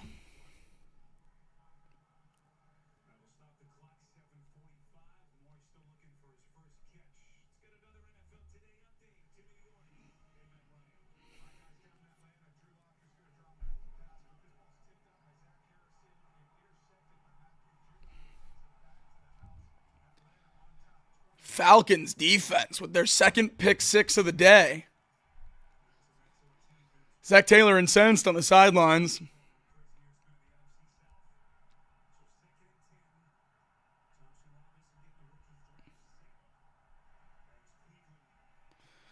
This ball's to Njoku again. Hit hard in the middle of the field by ADG. But a decent pickup nonetheless for the Browns. It's going to be 3rd and 4.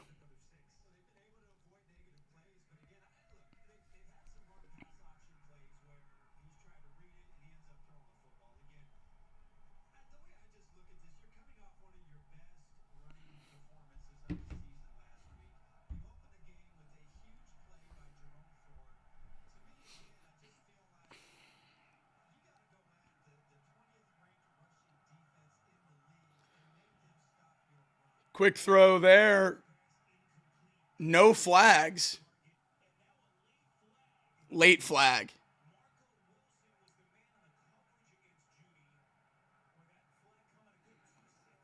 That was about as late as it can possibly come. Jeez.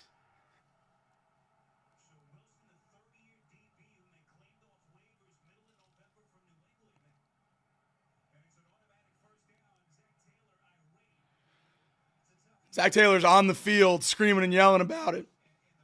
That's a crazy late flag.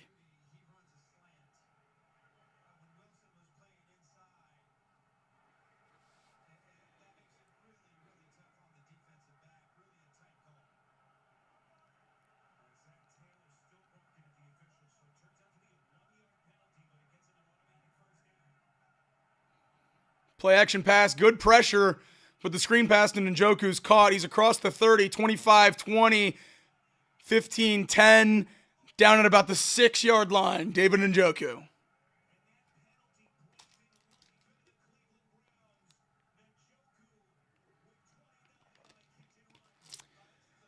"29-yard catch and run for David Njoku." I said earlier this drive, I was surprised he hadn't caught a pass yet on this drive. 4 catches for 44 yards for the Browns tight end. It's not rocket science, guys. They don't have a lot of talent. You know who can beat you. This one, a run to Jerome Ford inside the 5, down to the 4, maybe the 3.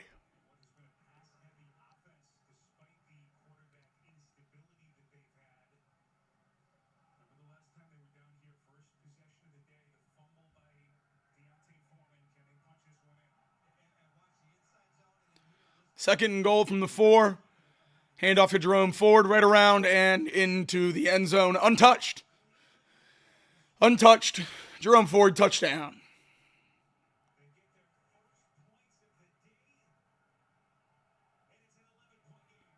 First points of the day for Cleveland.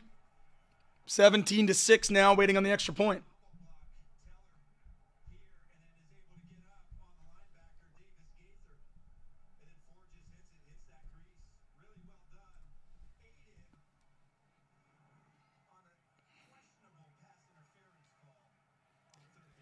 PI gives them a first down. They immediately score. Extra points, no good. Extra points, no good. The margin stays at 11. 17-6 is the score in Cincinnati.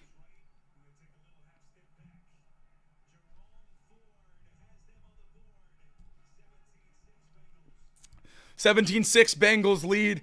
I'm going to step away for a moment. 5:50 in the third quarter. We'll be back before kickoff.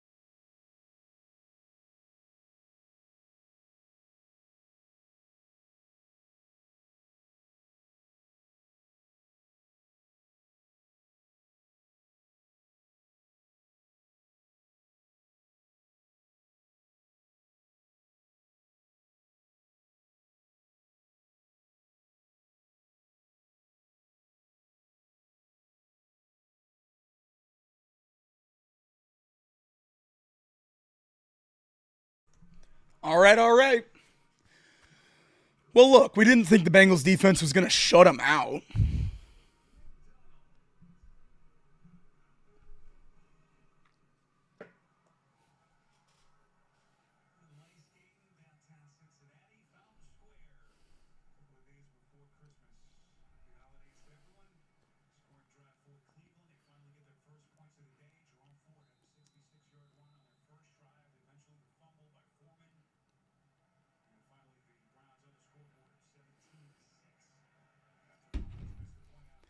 Kickoff deep. Fielded at about the 5 by Burton again. He gets across the 20. Breaks one tackle across the 25. Brought down about the 28-yard line.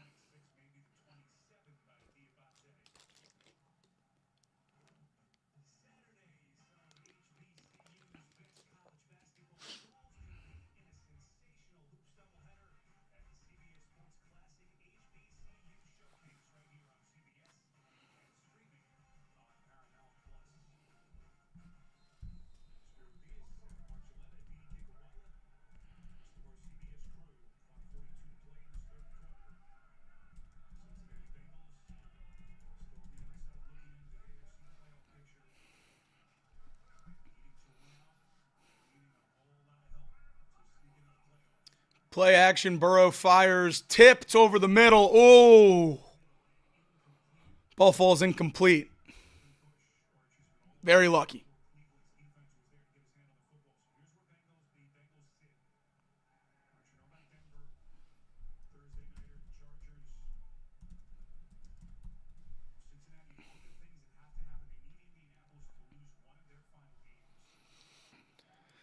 Cincinnati comfortably right there in the hunt graphic. There we go.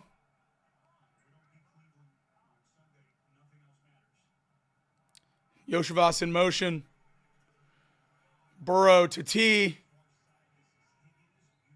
Oh no. Oh no.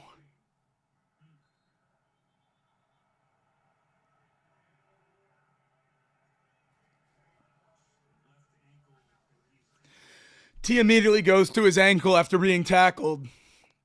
He's down on the ground in pain. This guy just can't catch a break, man. He just can't catch a break. 8 catches for 60 yards and a touchdown.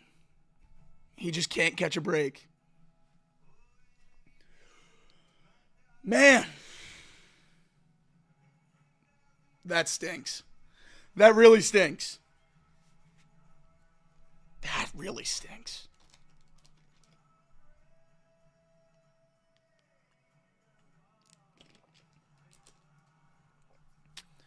All right. Time for Jamar to step up.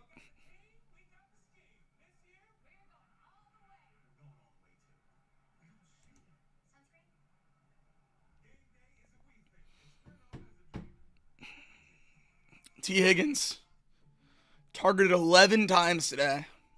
By far the most on the Bengals. He was having a really good game. That stinks.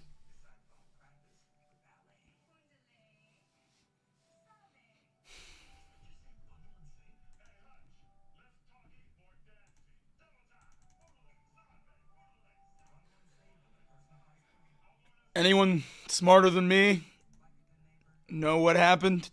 Have a guess on what the injury is?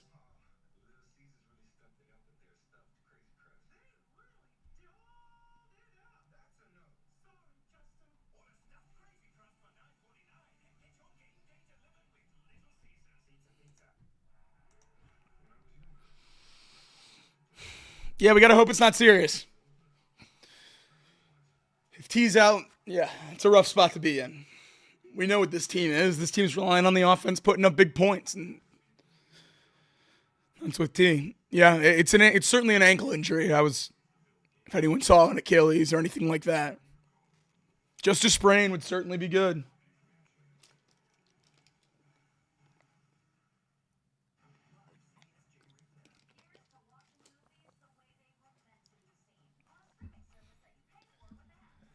They're going to have to force feed Jamar now.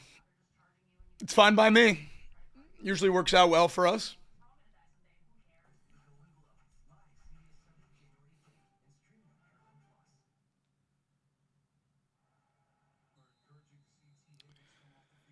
T standing on the sideline, helmet on. Did not go to the medical tent, so hopefully a good sign there that we'll see him again today. Burton in the game now for T. Burton and Yoshivas at the bottom of the screen. Jamar Chase at the top. Burrow sacked.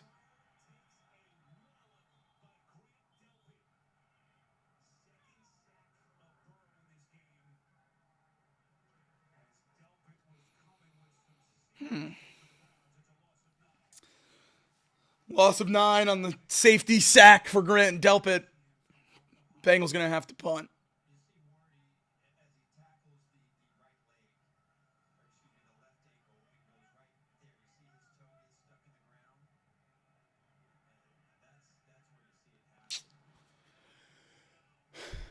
Rico now to punt it away.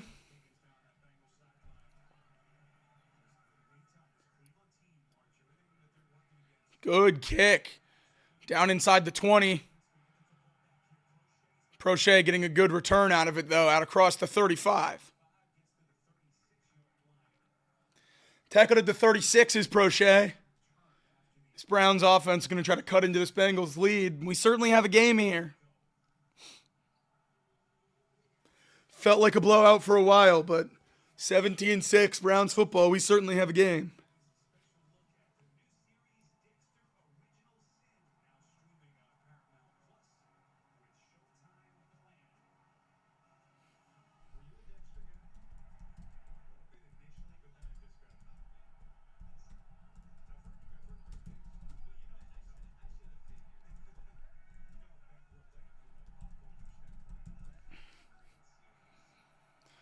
Handoff on this play to Pierre Strong, tackled at the line of scrimmage, no gain.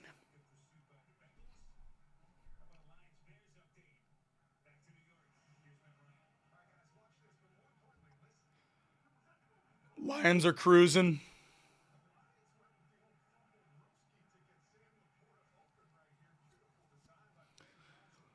Colts up 30.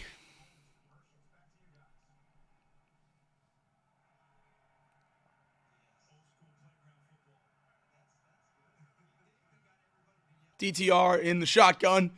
Takes the snap, fakes the handoff. He's going to throw.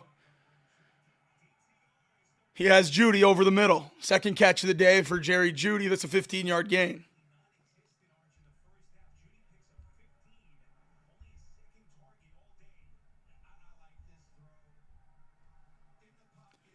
It's a really good throw. Decent coverage. Just got that ball in there. 2 targets, 2 catches, 20 yards. For Judy, brings up a first down just across midfield for the Browns.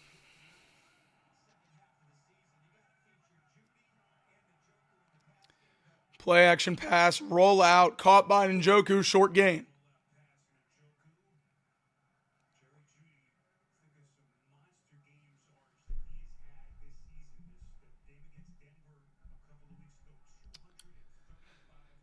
The Bengals just tweeted that Amarius Mims has a left ankle injury and is questionable to return. Craig asks if they could have meant T. Higgins. I didn't see Mims get hurt. Again. 2nd and 9.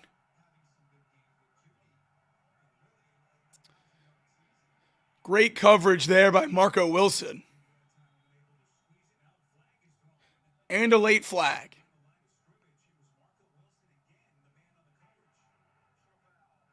Roughing the passer. Joseph Osai roughing the passer. It's going to be a first down and a big chunk for this Browns offense.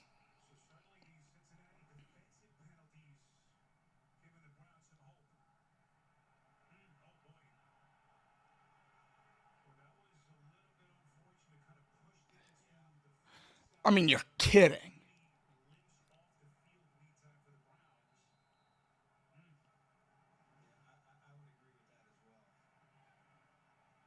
That's crazy.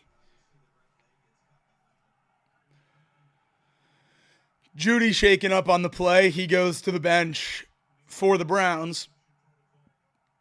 Bengals bringing the pressure here. Great play. Jordan Battle. Whoo! What a play. Wow. 4-yard loss for Jerome Ford. Great play.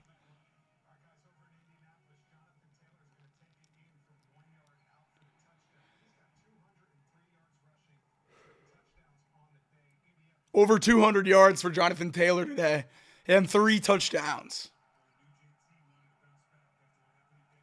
Play action pass for the Browns. DTR flushed out. He makes a man miss, picks up the first down with his legs. A 13-yard scamper for a first down for DTR. Browns are moving the football.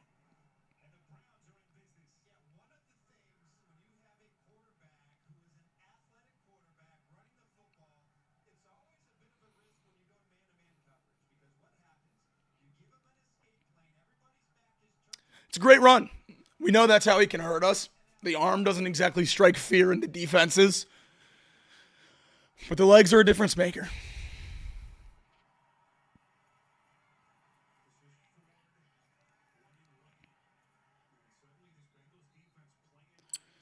Jerome Ford pulling the pile forward for 7 yards. 2nd and 3 now inside the red zone. At the Bengals' 15-yard line.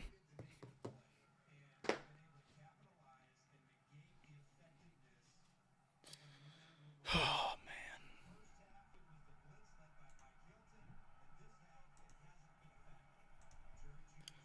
Jerome Ford again, this time for the first down.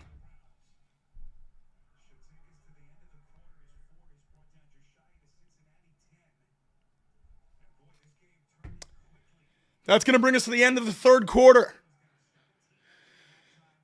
17-6 is your score with 15 minutes to go. We need 4s up.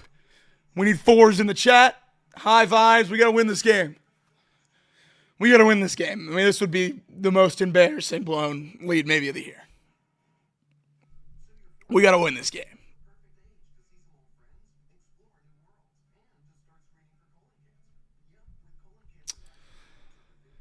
That's the end of the third quarter, so I'll step away for a moment. We'll be back before the fourth quarter starts.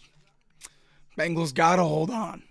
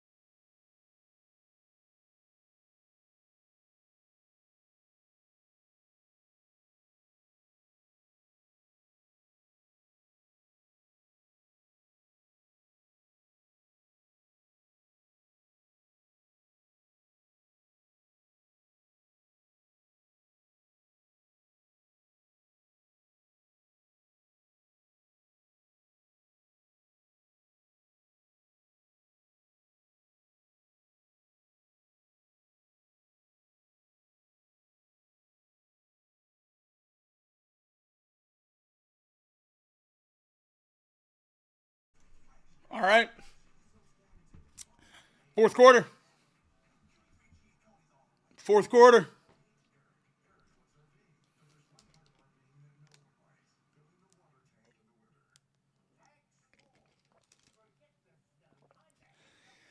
Bengals win probability up around 95% at halftime and right afterwards. Down to 79 now. So a big swing in that third quarter for the Browns made this a game, made us sweat.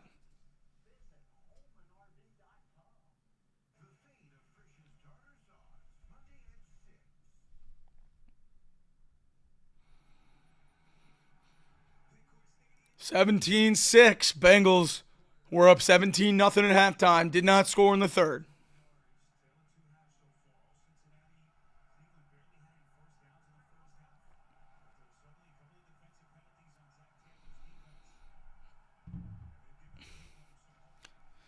DTR with the carry. Gets around the edge. 10-5. That's a touchdown for Dorian Thompson-Robinson. There is a flag down. Holding. Bring it back. Bring it back. Bring it back.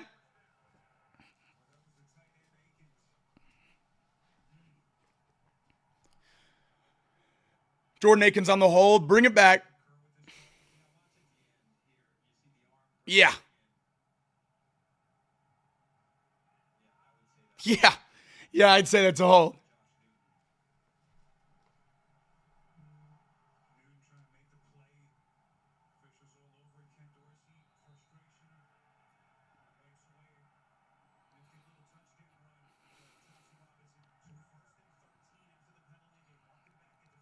Judy in motion. Ball's at the 15 after the penalty. DTR drops back. He throws that way. It's off the hands of Jerry Judy. Ball falls harmlessly to the turf. 2nd and 13. That was an opportunity. Overthrows and tip balls in the NFL. Opportunities you have to seize, and just no one there to take it for the Bengals.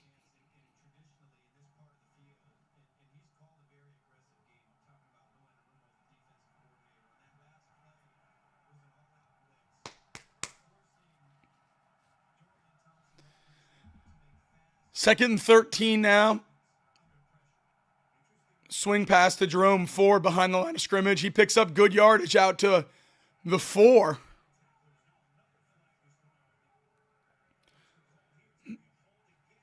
There's another flag. That's on Cleveland. Push him back again. Push him back again. You got to hold him to a field goal. That's right. Chat knows it. You got to hold him to a field goal. Have to.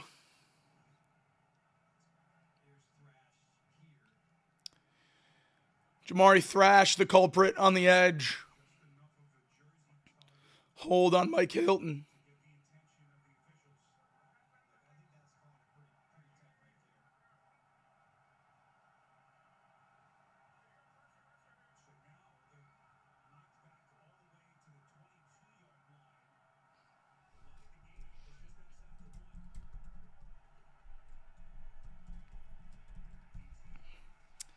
DTR carrying again. That ball's out. He falls right back on top of it.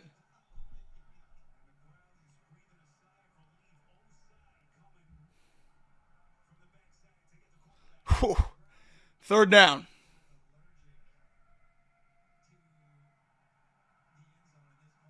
Is that not a hold?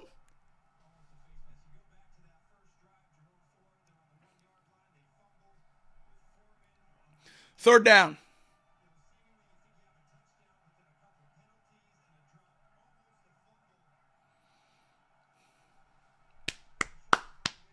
Third and 7.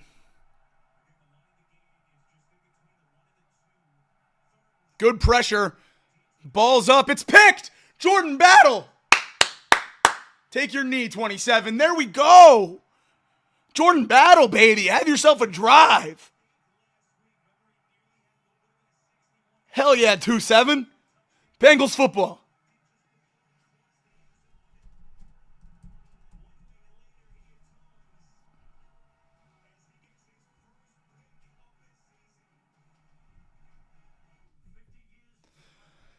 I love Battle, man.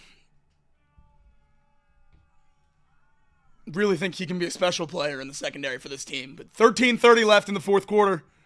Bengals up 17-6. And get the ball back after a very timely defensive play.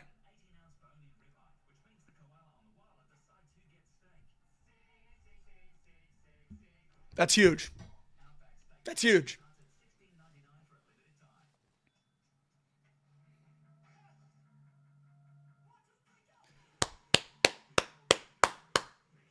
Joe's got to go down and score. Offense got to go down and score.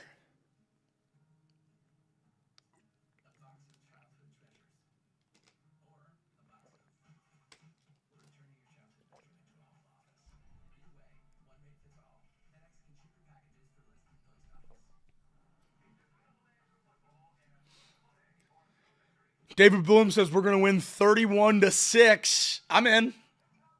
I'm in.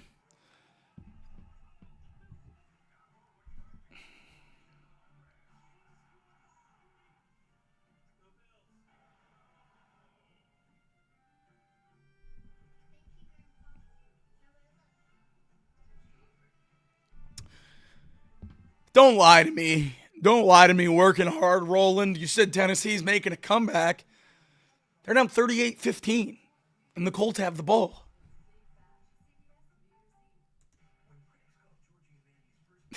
They're down 23 points, man. You got my hopes up.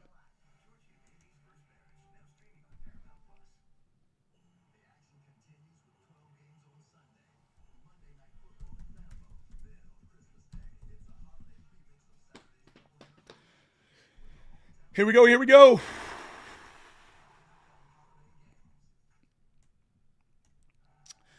Likes equal wins, guys. Likes equal wins. Get these likes up. Bengals will hold on and get the job done.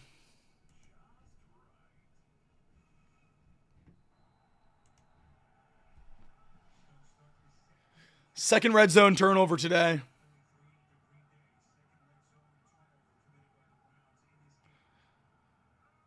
T. Higgins back in the game at the top of the screen. That's great news.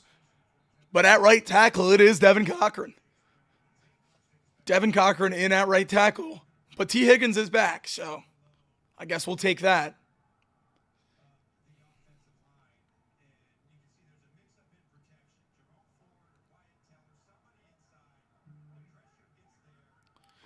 Geno Stone gets home on the pressure. Made that interception happen.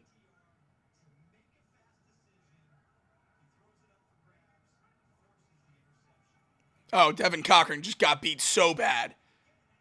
And he's hurt. Oh, no. Oh, no. Devin Cochran hopped away from the pile after that one.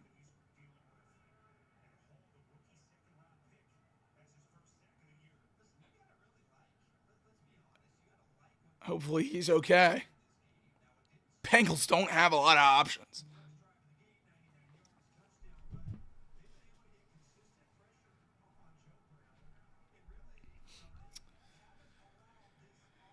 Third and 10 now for the Bengals. T. Higgins motions at the top of your screen. Jamar Chase at the bottom.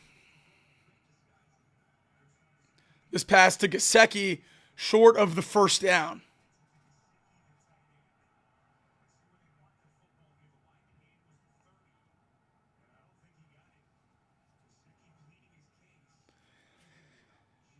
Gesicki doesn't get there. Down about a half yard short.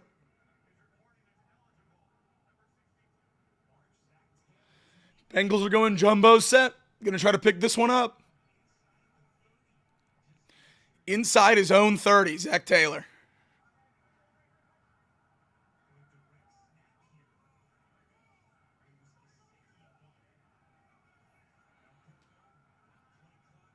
Play clock down. Bengals will not run a play.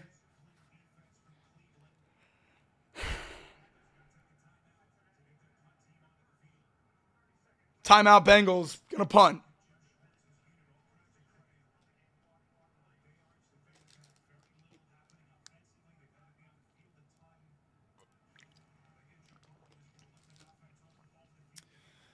This offense has been non-existent in the second half.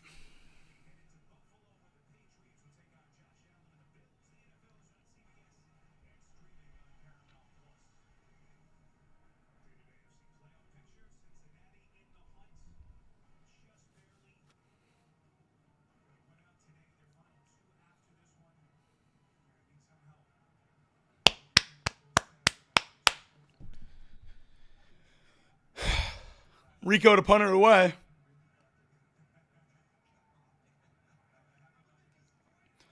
The lead still 17-6. This is a booming punt. Fair caught at the 15-yard line.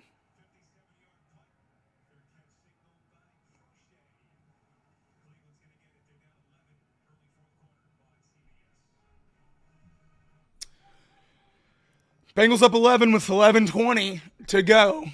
After that first half, I did not think it was going to be this much of a sweat, guys.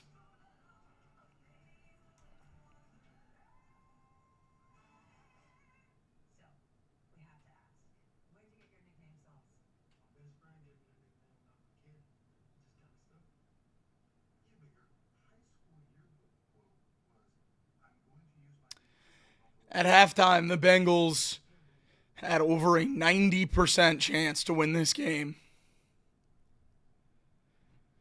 Back near that number now, but punting it away to the Browns. Certainly not what you want. Certainly not what you want. 11-point lead. Defense is going to have to get another stop. Then the offense, I would love them to score more points. Would love them to score more points.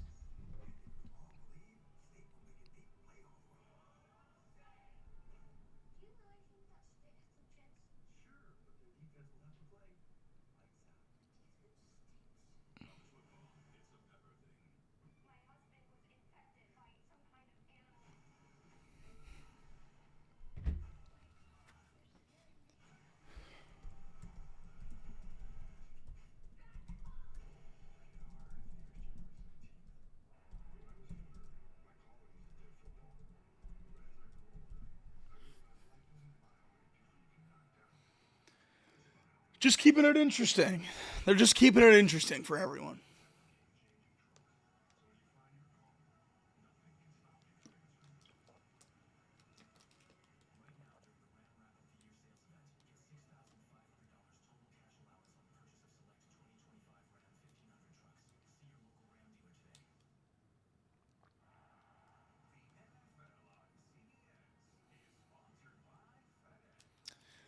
Here we go.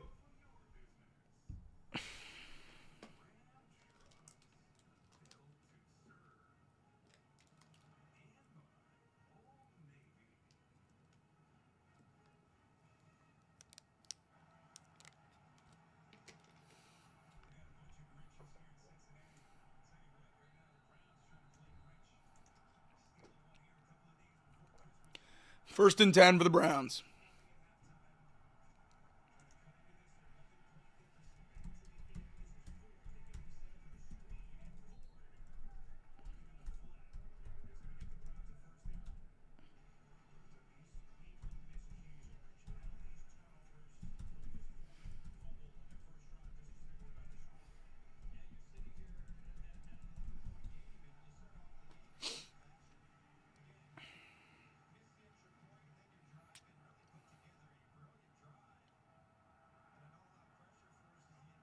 First down run. Jerome Ford across the 30.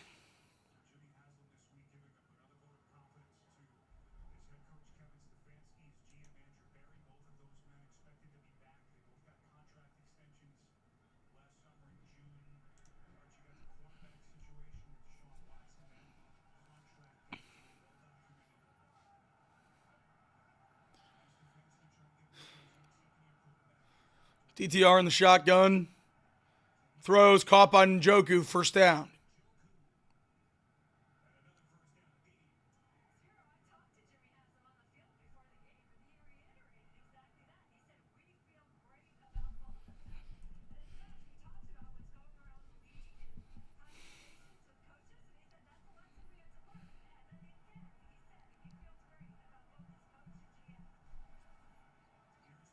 This run by Jerome Ford stacked up right about the line of scrimmage.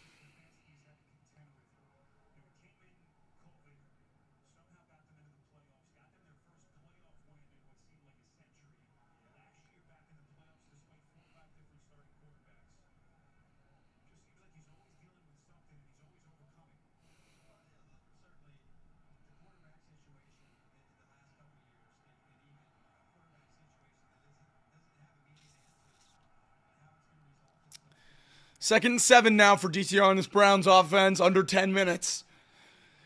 Here in the fourth quarter, shotgun snap, fires into the flat to Pierre Strong, 1-yard gain.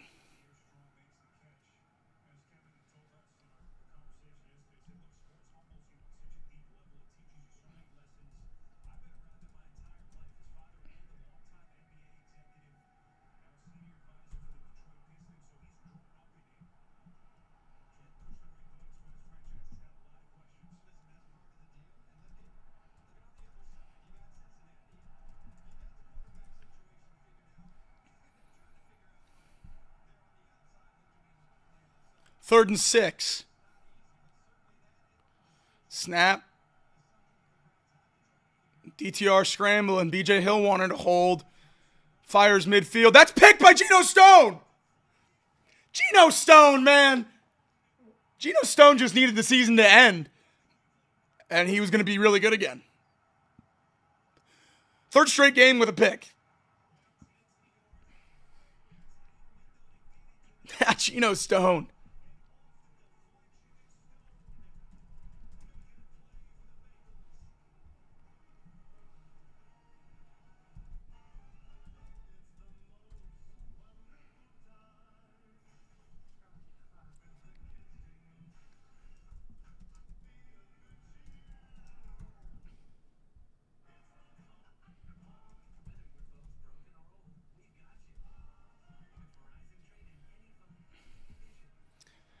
That's good stuff right there. He can catch but not tackle. You're absolutely right, Brookie. Absolutely right. That's a good pick. That's a good pick. Way to stick with it.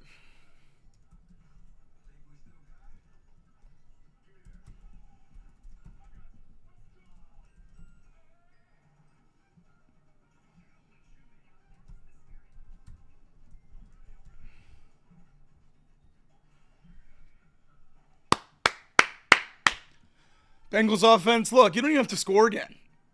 Just drain this clock.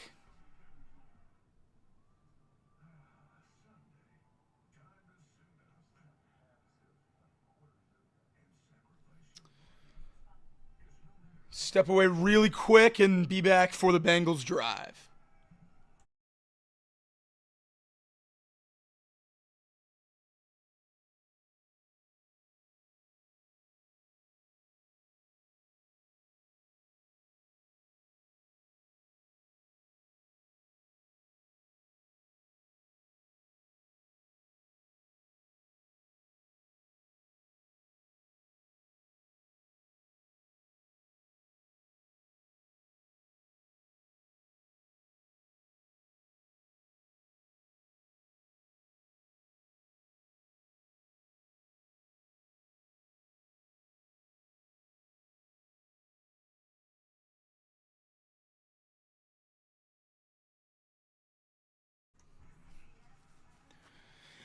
.820 left in this fourth quarter.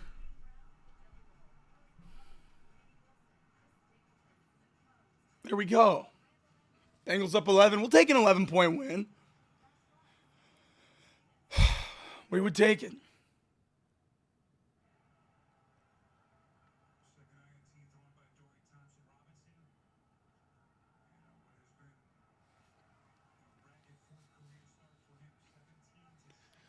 Not a great start for DTR, but Browns hanging around.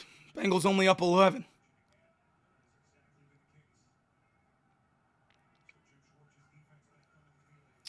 This handoff to Chase Brown. He breaks through the offensive line across the 40. It'll be a first down.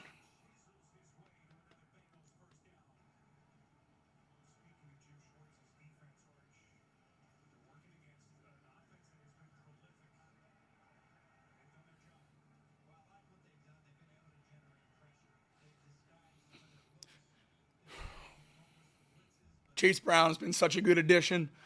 So glad that he's the running back one of this team.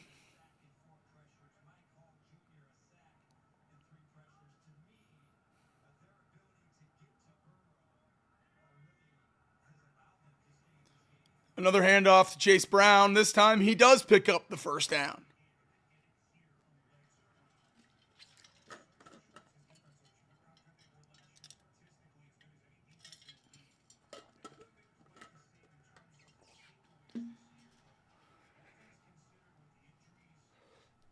$15 carries for 85 yards for Chase Brown.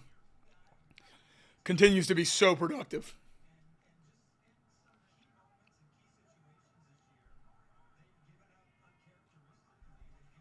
Burrows dropped back to throw. He's going deep. Andre Yoshivas, holy cow. What a ball, what a catch. Burrow to Yoshi. Let's go, baby. Let's go.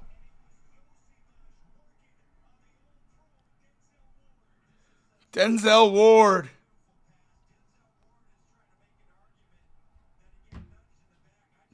Denzel Ward cooked by Andre Yoshivas. What a throw and catch.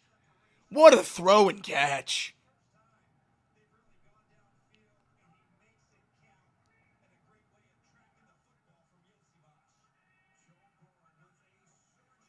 Screen pass to Jamar Chase. He gets around the edge. He makes, barely out of bounds. Almost scored. Stepped out inside the 10, but there's a flag, and it's going to be a face mask.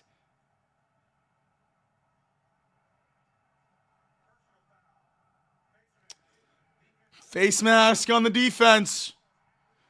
Inch us closer.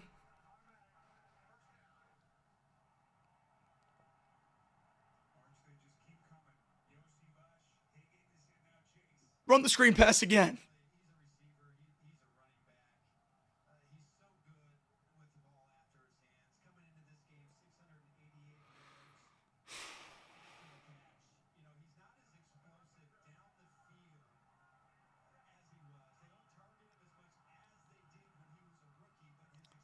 T. Higgins in motion.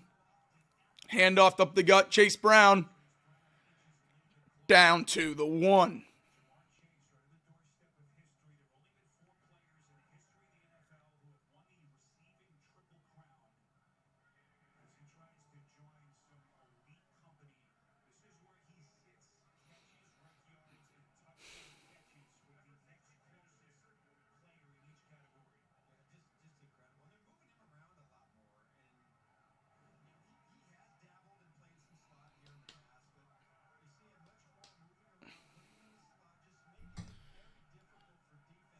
Second goal from just outside the 1. They hand it off again to Chase Brown. He's stacked up. Would imagine he gets another carry, possibly even 2.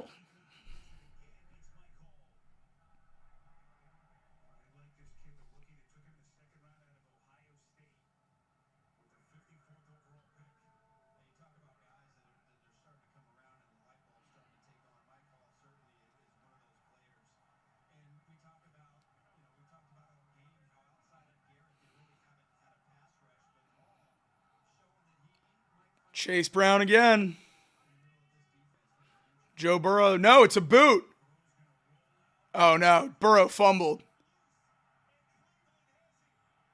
That's Cleveland's ball.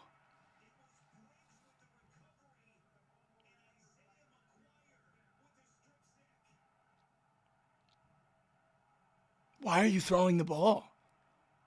Why are you not running the ball again?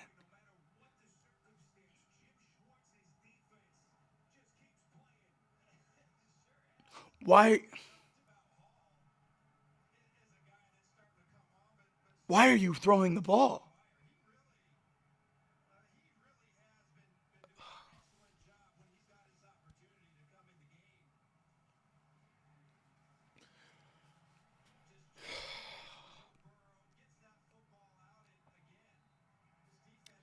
Why are you throwing the ball?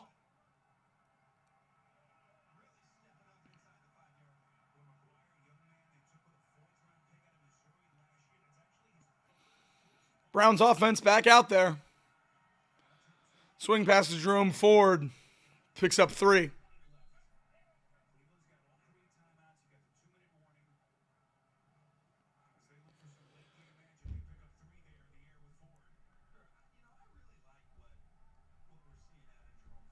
That's terrible.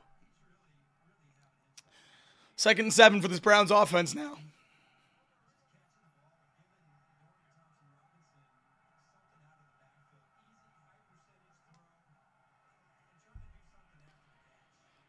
This ball to Elijah Moore. First down, but leads him out of bounds. Browns offense will keep driving at their own 25.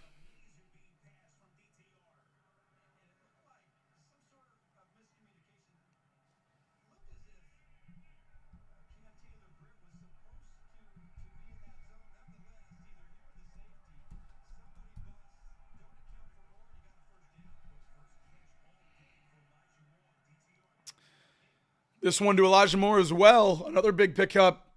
Gain of 6. Going to be 2nd and 4.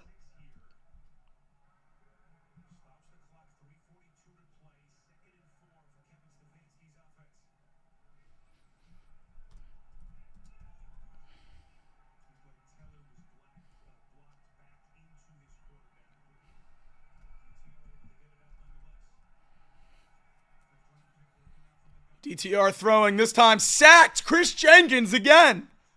That's 2 for the kid today. Hell yeah, Chris.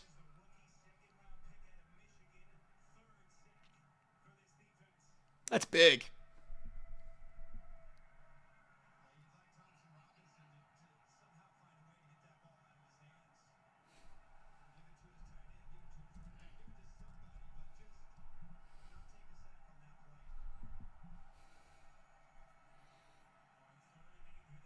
Pressured again. DTR slips out of the sack, fires deep. Incomplete.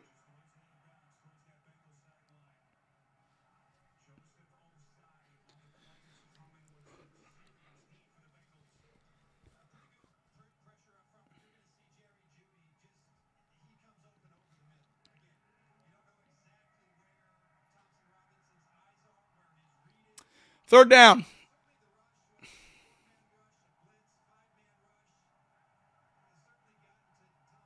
Fourth down. 4th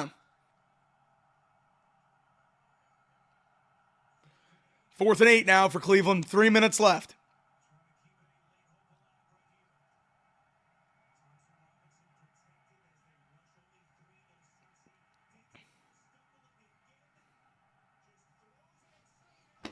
First down, Browns. What?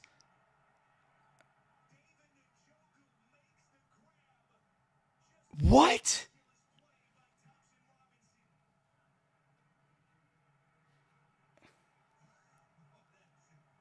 How? How? Another pass to Njoku blown up by Jordan Battle. Down to 2.5 minutes left in the game.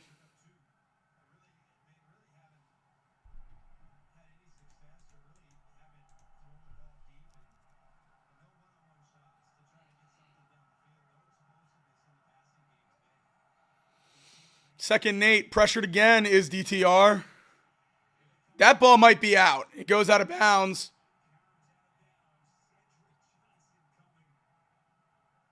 Whether they call it a sack or a fumble, it's a big loss of yards for the Browns. That's Cedric Johnson.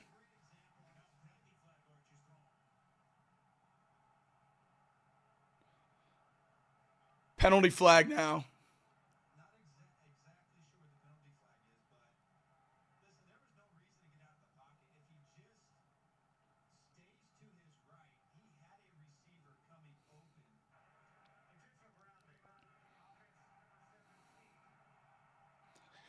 It'll be intentional grounding on Dorian Thompson-Robinson. Not a fumble, but not a legal play.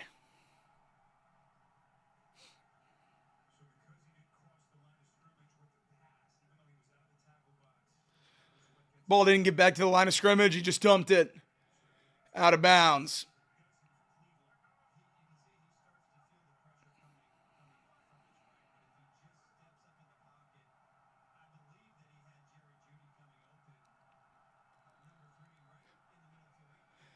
Here we go, 3rd and 20. No pressure. Oh, at his feet. McKinley Jackson. Army crawl, sack, pulls him down. Phenomenal play. 4th and extra long. 2-minute warning. 4th and 27. There we go.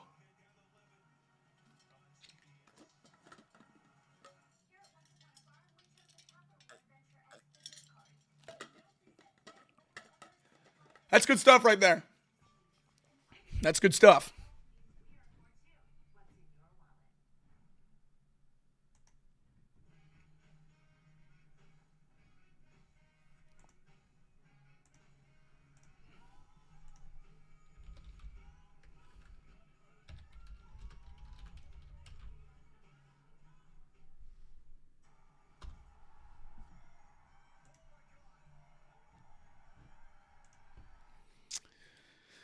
(17-6), 4th and 27. Browns have to go for it. We'll see what happens.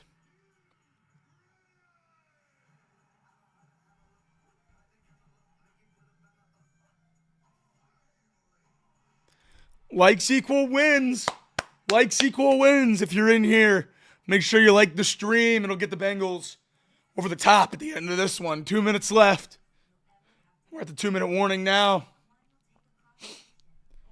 Right after this game, as always, I'll be joined by Craig Sandlin for an immediate post-game show. Breakdown, hopefully, a Bengals win. See what else we need to happen in order to keep these playoff hopes alive and talk about all the stuff that happened in this one. So make sure you guys stick around. Don't go anywhere after this game. We'll have a post-game show coming up for you.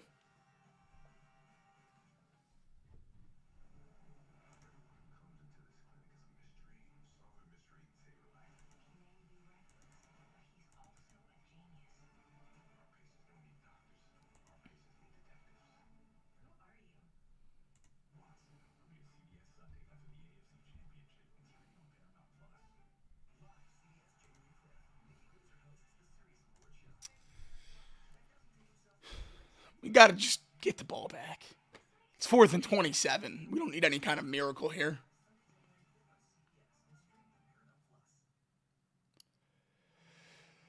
Yeah, Tennessee stinks, sadly, Natty Ron. Down 38-22. They're making a decent dent here, but not pretty.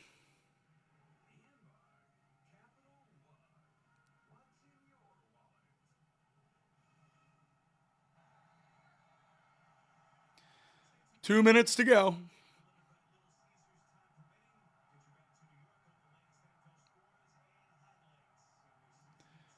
Pressured here on 4th down. Throws tipped, incomplete. Bengals football. Bengals football. 1:54 left. Nothing's over till it's over, but that certainly feels like the ball game.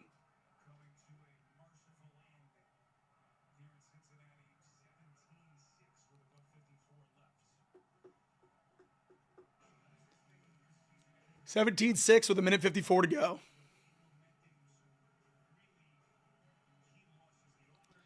Montage of the Bengals' worst losses this year. It's a long one.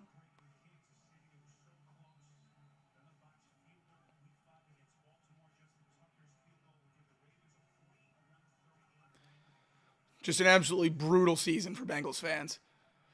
This run up the gut. Modest gain.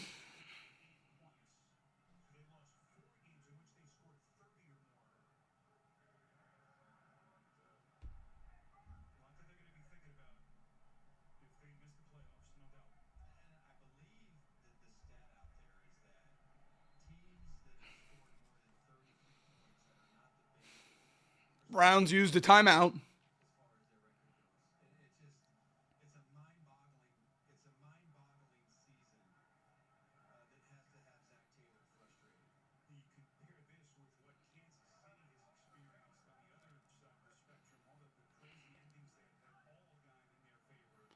Gesicki in motion.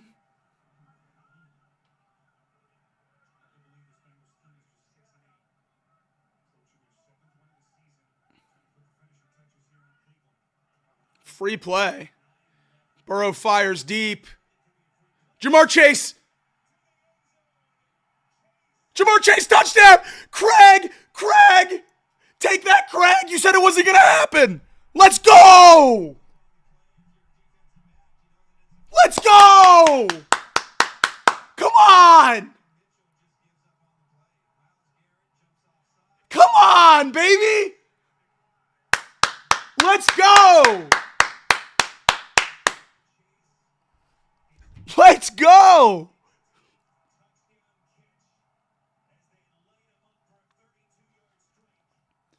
Come on, baby!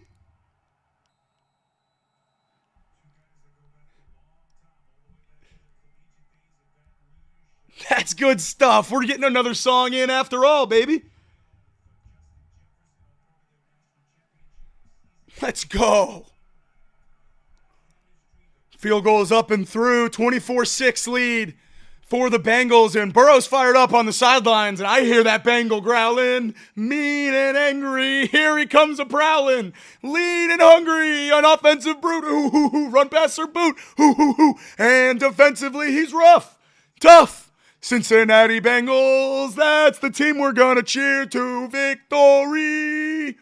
Touchdown, Bengals. Put some points up on that board and win the game for Cincinnati. Woo! Over 250 and 3 touchdowns for Joe Burrow again. Extends his streak. Hell yeah, baby.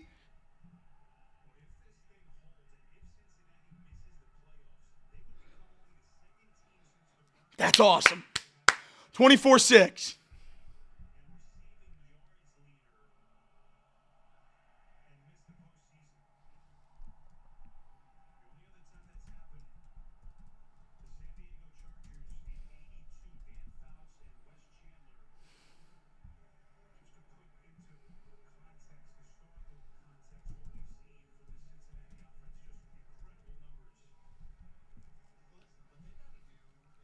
There we go. 6 catches, 97 yards, and a touchdown. After being relatively silent all game, he's going to end with a standard Jamar Chase stat line.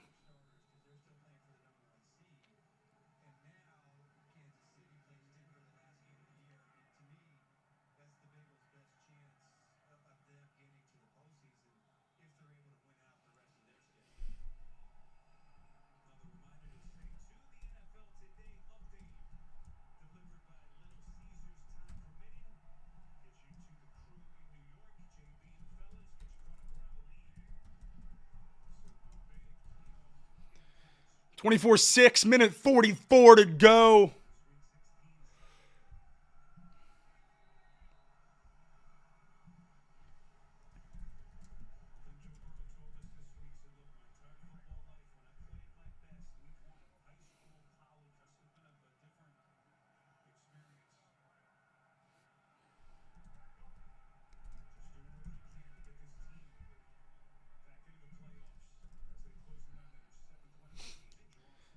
This run by Jerome Ford out for a 10-yard gain.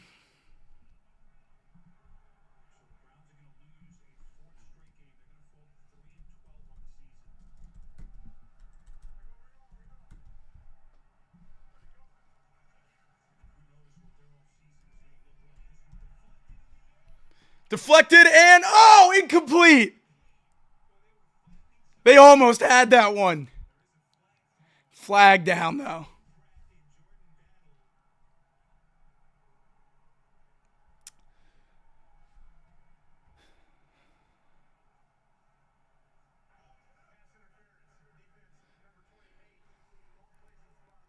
Friends, we have a game in Indianapolis. The Colts are up 38-30 on the Titans. The Titans have cut this to a 1-score lead in the Colts game. Touchdown, 2-point conversion. We have an 8-point game in Indianapolis.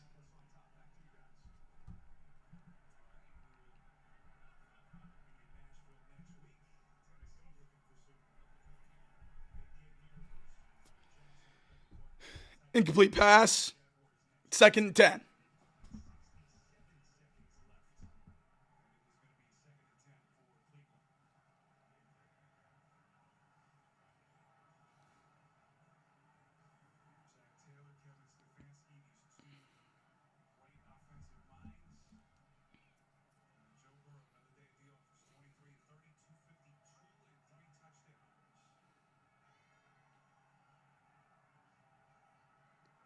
Shotgun snap, DTR, readies to throw, fires deep. Oh, that one almost picked off by Jordan Battle, but it goes incomplete. 3rd and 10.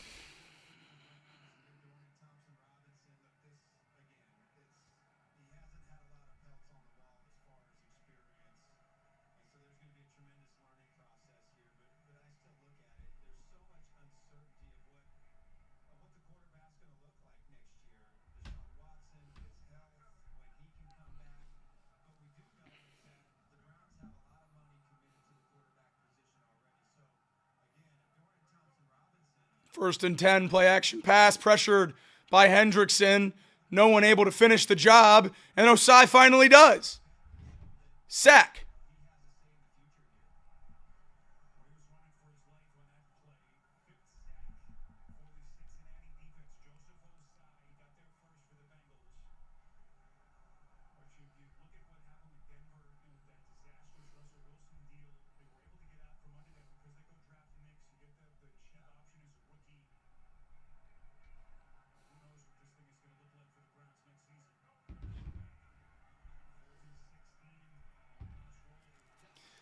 Incomplete pass on 4th and 16. That's going to do it. Bengals are going to win this one. Almost had another interception. But that ball is going to fall to the turf. 7-8 Cincinnati Bengals are right there in the hunt. Who would have thought? Who would have thought?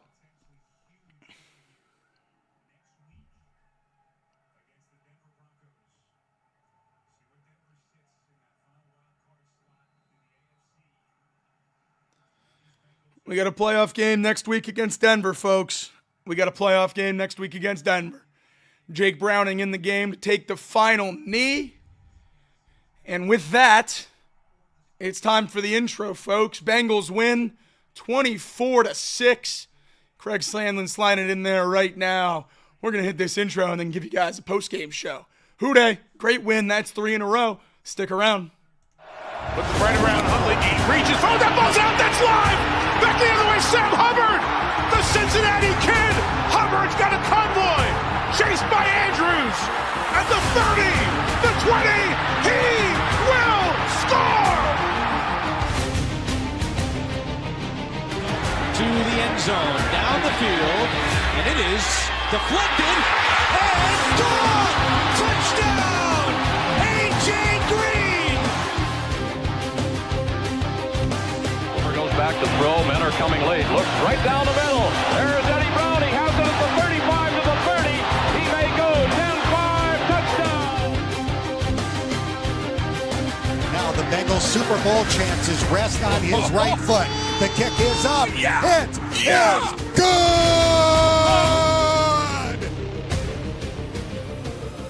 Corey Dillon. He's gone. The knockout punch. You're looking at it. 65 yards. And they're back to throw as the blitz is on. Goes long, intended for Collinsworth. He has it down to the 20. Touchdown. And Chris Collinsworth.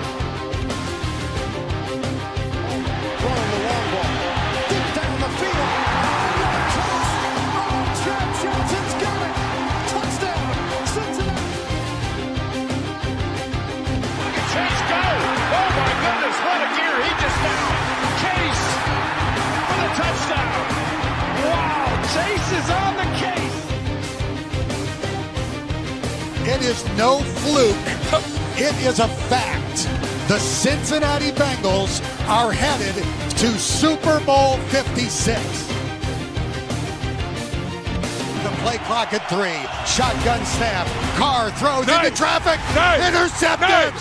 Jermaine Pratt has the football. Yeah. Coffin nails. Bam, bam, bam. How about that?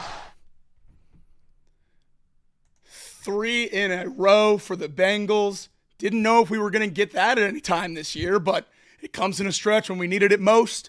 We knew we had an opportunity against 3 bad teams, and the Bengals took care of business 3 times. Feels good to have a win under the belt. It got sticky there for a minute, but 24-6 looks a lot prettier than it was. I'm not complaining about wins at this point in the Bengals season. I'm happy, and I'll take it. No, we'll absolutely take the win.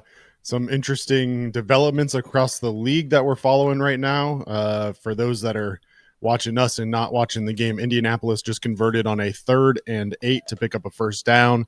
Under 2 minutes left in that game. Indianapolis leading 30 Tennessee. Obviously, Bengals playoff implications on the line there. Bengals need Indianapolis to lose one of their last 3 games. Yeah. Tennessee does have all 3 timeouts, so I'll keep an eye on that one and let everybody know as it goes down. But yeah, look, not a pretty win today by any means. And outside of the garbage time touchdown for Jamar Chase, which I was apparently wrong about in the chat, not a pretty second half by any means. But the defense really did their job today, holding Cleveland to only 6 points. Held DTR mainly in check, held the Browns running game mainly in check outside of the first play of the game, and got the job done. So at this point, you've got the three wins under your belt, but now is the time where you got to buckle down, and big one coming up on Saturday afternoon in Paycor with the Denver Broncos coming to town. We've had this one circled for a while, and we knew what it was going to mean many, many weeks ago, and I'm just glad the Bengals took care of the business they had to take care of to keep that meaning intact. It would have really stunk to lose one of these 3 games that we should win and then have a game against the Broncos that's a quote-unquote playoff game in Paycor Stadium and have it not mean anything. So I'm glad the Bengals were able to stay afloat. That garbage time touchdown to Jamar Chase certainly helped the scoreboard, made it look a little prettier, but that's not the only thing. It pushed Joe Burrow over 250 yards and gave him his 3rd touchdown of the day, keeping his streak alive of 250 and 3 touchdown performances. Just such a special player, and he continues to do it week in and week out. And that's what the second thing is, Houdini. We heard it this week on Hard Knocks. Jamar Chase called him Houdini, and we see it again this week. First touchdown of the day. One of the crazier touchdown passes I've ever seen. I gave that award to Justin Herbert last Thursday when he was running and jumping and doing that craziness to score in that game against the Broncos. But Joe Burrow outdoes him in this one. Parallel to the ground, barely gets the ball off, right into T. Higgins' chest. Just amazing. Yeah, I mean, he did it multiple times today. The touchdown pass was certainly a crazy play in its own. That play, though, it looked like he tripped out over his own player as he was trying to escape pressure coming from the outside by this Browns defensive front 4, trips over his own offensive lineman, and as he's laying out, gets that pass off.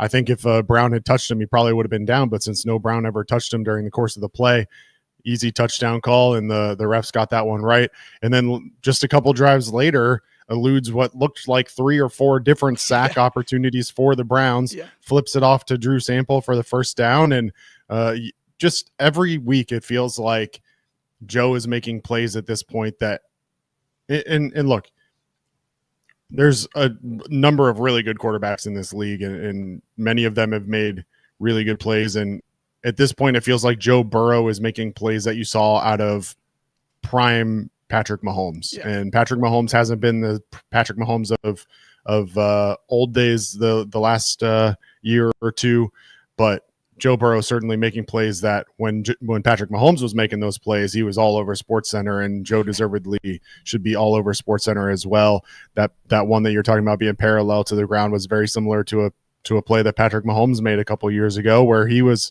similarly parallel to the ground and made a crazy play. So we completed the pass.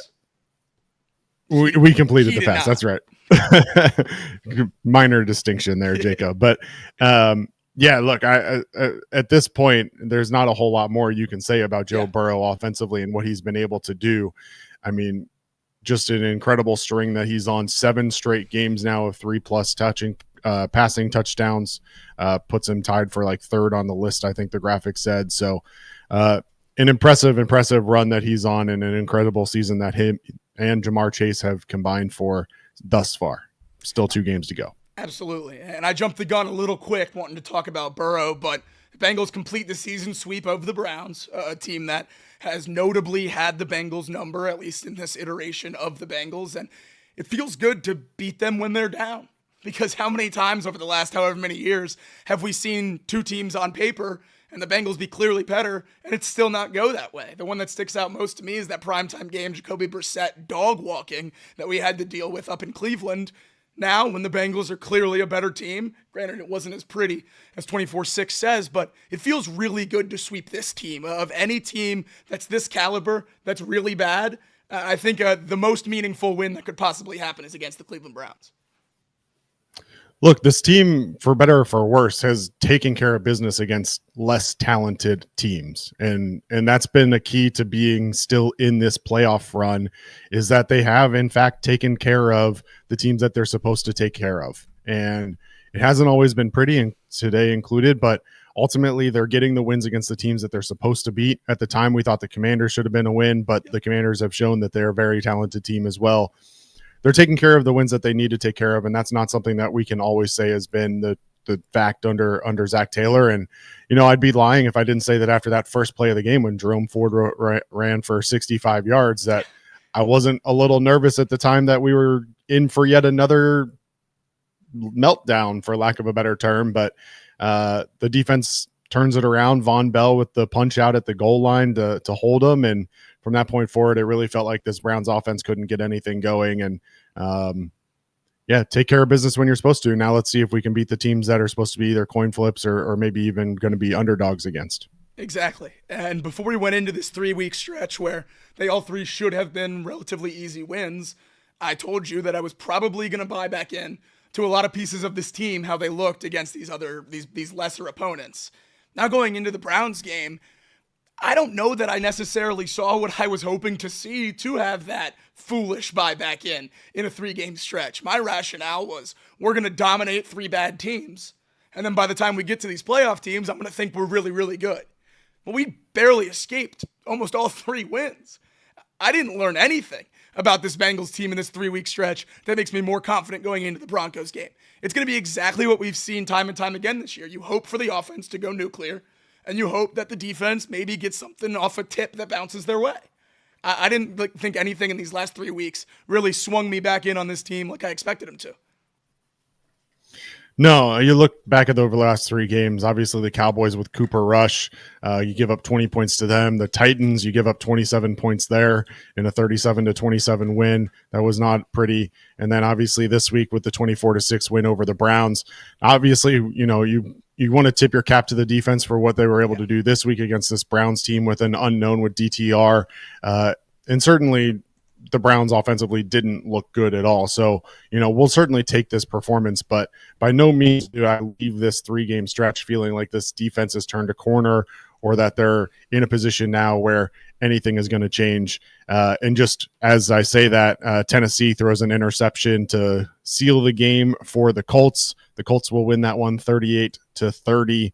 And we will turn to next week and hope that the Colts can find a loss in one of their last 2 games against the Giants or the Jaguars. But look, on the positive side, you take care of business. You get to DTR multiple times. Yeah. I'm not sure what the final number was.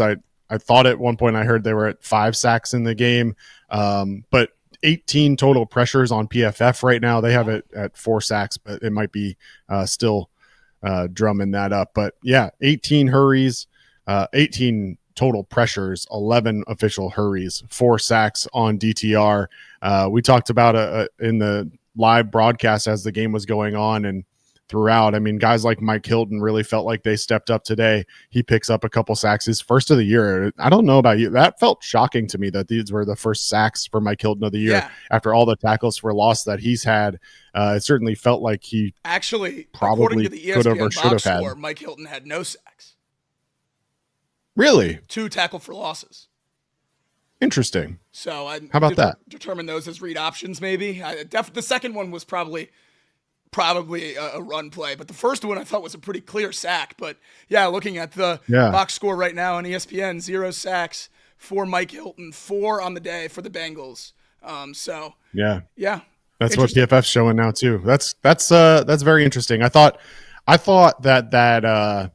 And I don't know how this is scored. Maybe it doesn't go down as a sack, but that first pressure he brought, it was, at least to me, looked like a very clear running play. And then the Browns had to kind of like audible out of it because he was right there in the backfield already. Like, yeah, maybe that doesn't go down officially as a sack, but nonetheless, Mike Hilton clearly stepping up in moments where it really matters. And this defense across the board really felt like they stepped it up. BJ Hill in the moments that he got were good. Jordan Battle showed some sparks. Josh Newton some sparks as well. So I thought that in general the defense played well today, but they should have played well today. I don't think that's supposed to be any sort of real shock to the system at this point. Obviously, one thing that needs to be kind of mentioned and continue to watch is this Bengals defense continue to struggle against tight ends. David Njoku today, 8 catches for 66 yards. All of which came in the second half. He was completely non-existent in the first half. I thought maybe that injury was lingering a little bit longer than they wanted to admit, but as soon as he had his first catch, he went 5 catches for 50 yards on that first drive. It was unbelievable how quickly he was able to gash the Bengals defense as soon as Dorsey realized, they still can't guard David Njoku. It's the same as the last time we played him. So always a major concern for the Bengals in any matchup is the tight end. And Njoku's one of the best in the entire league. That's why we talked on Thursday about how big it was going to be if he couldn't go. Because if he wasn't, we saw the other options on this Browns receiving core. They're nothing. really, really not great players. Jerry Jeudy put together the best stretch of his career with Jameis Winston. Today, 2 catches, 20 yards. Both came in the second half.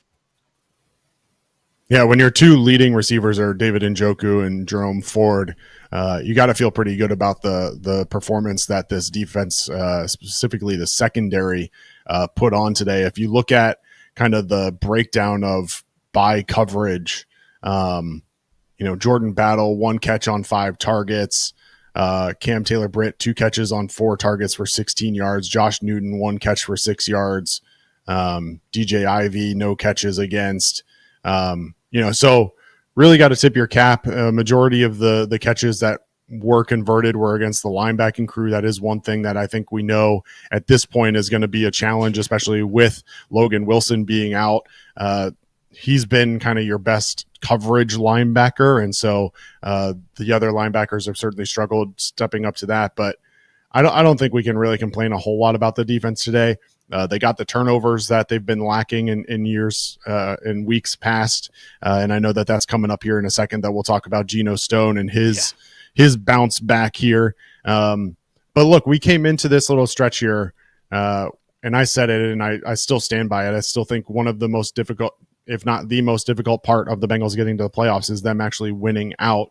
They have the Broncos and Steelers coming up, but if they can keep this momentum going and finish the season on a 5-game winning streak, it'll be interesting to see if they don't make the playoffs, Jacob, will there still be accountability to be shared amongst this front office and this coaching staff, or has someone like Lou Anarumo or Frank Pollock skated by to be able to still have a job next year?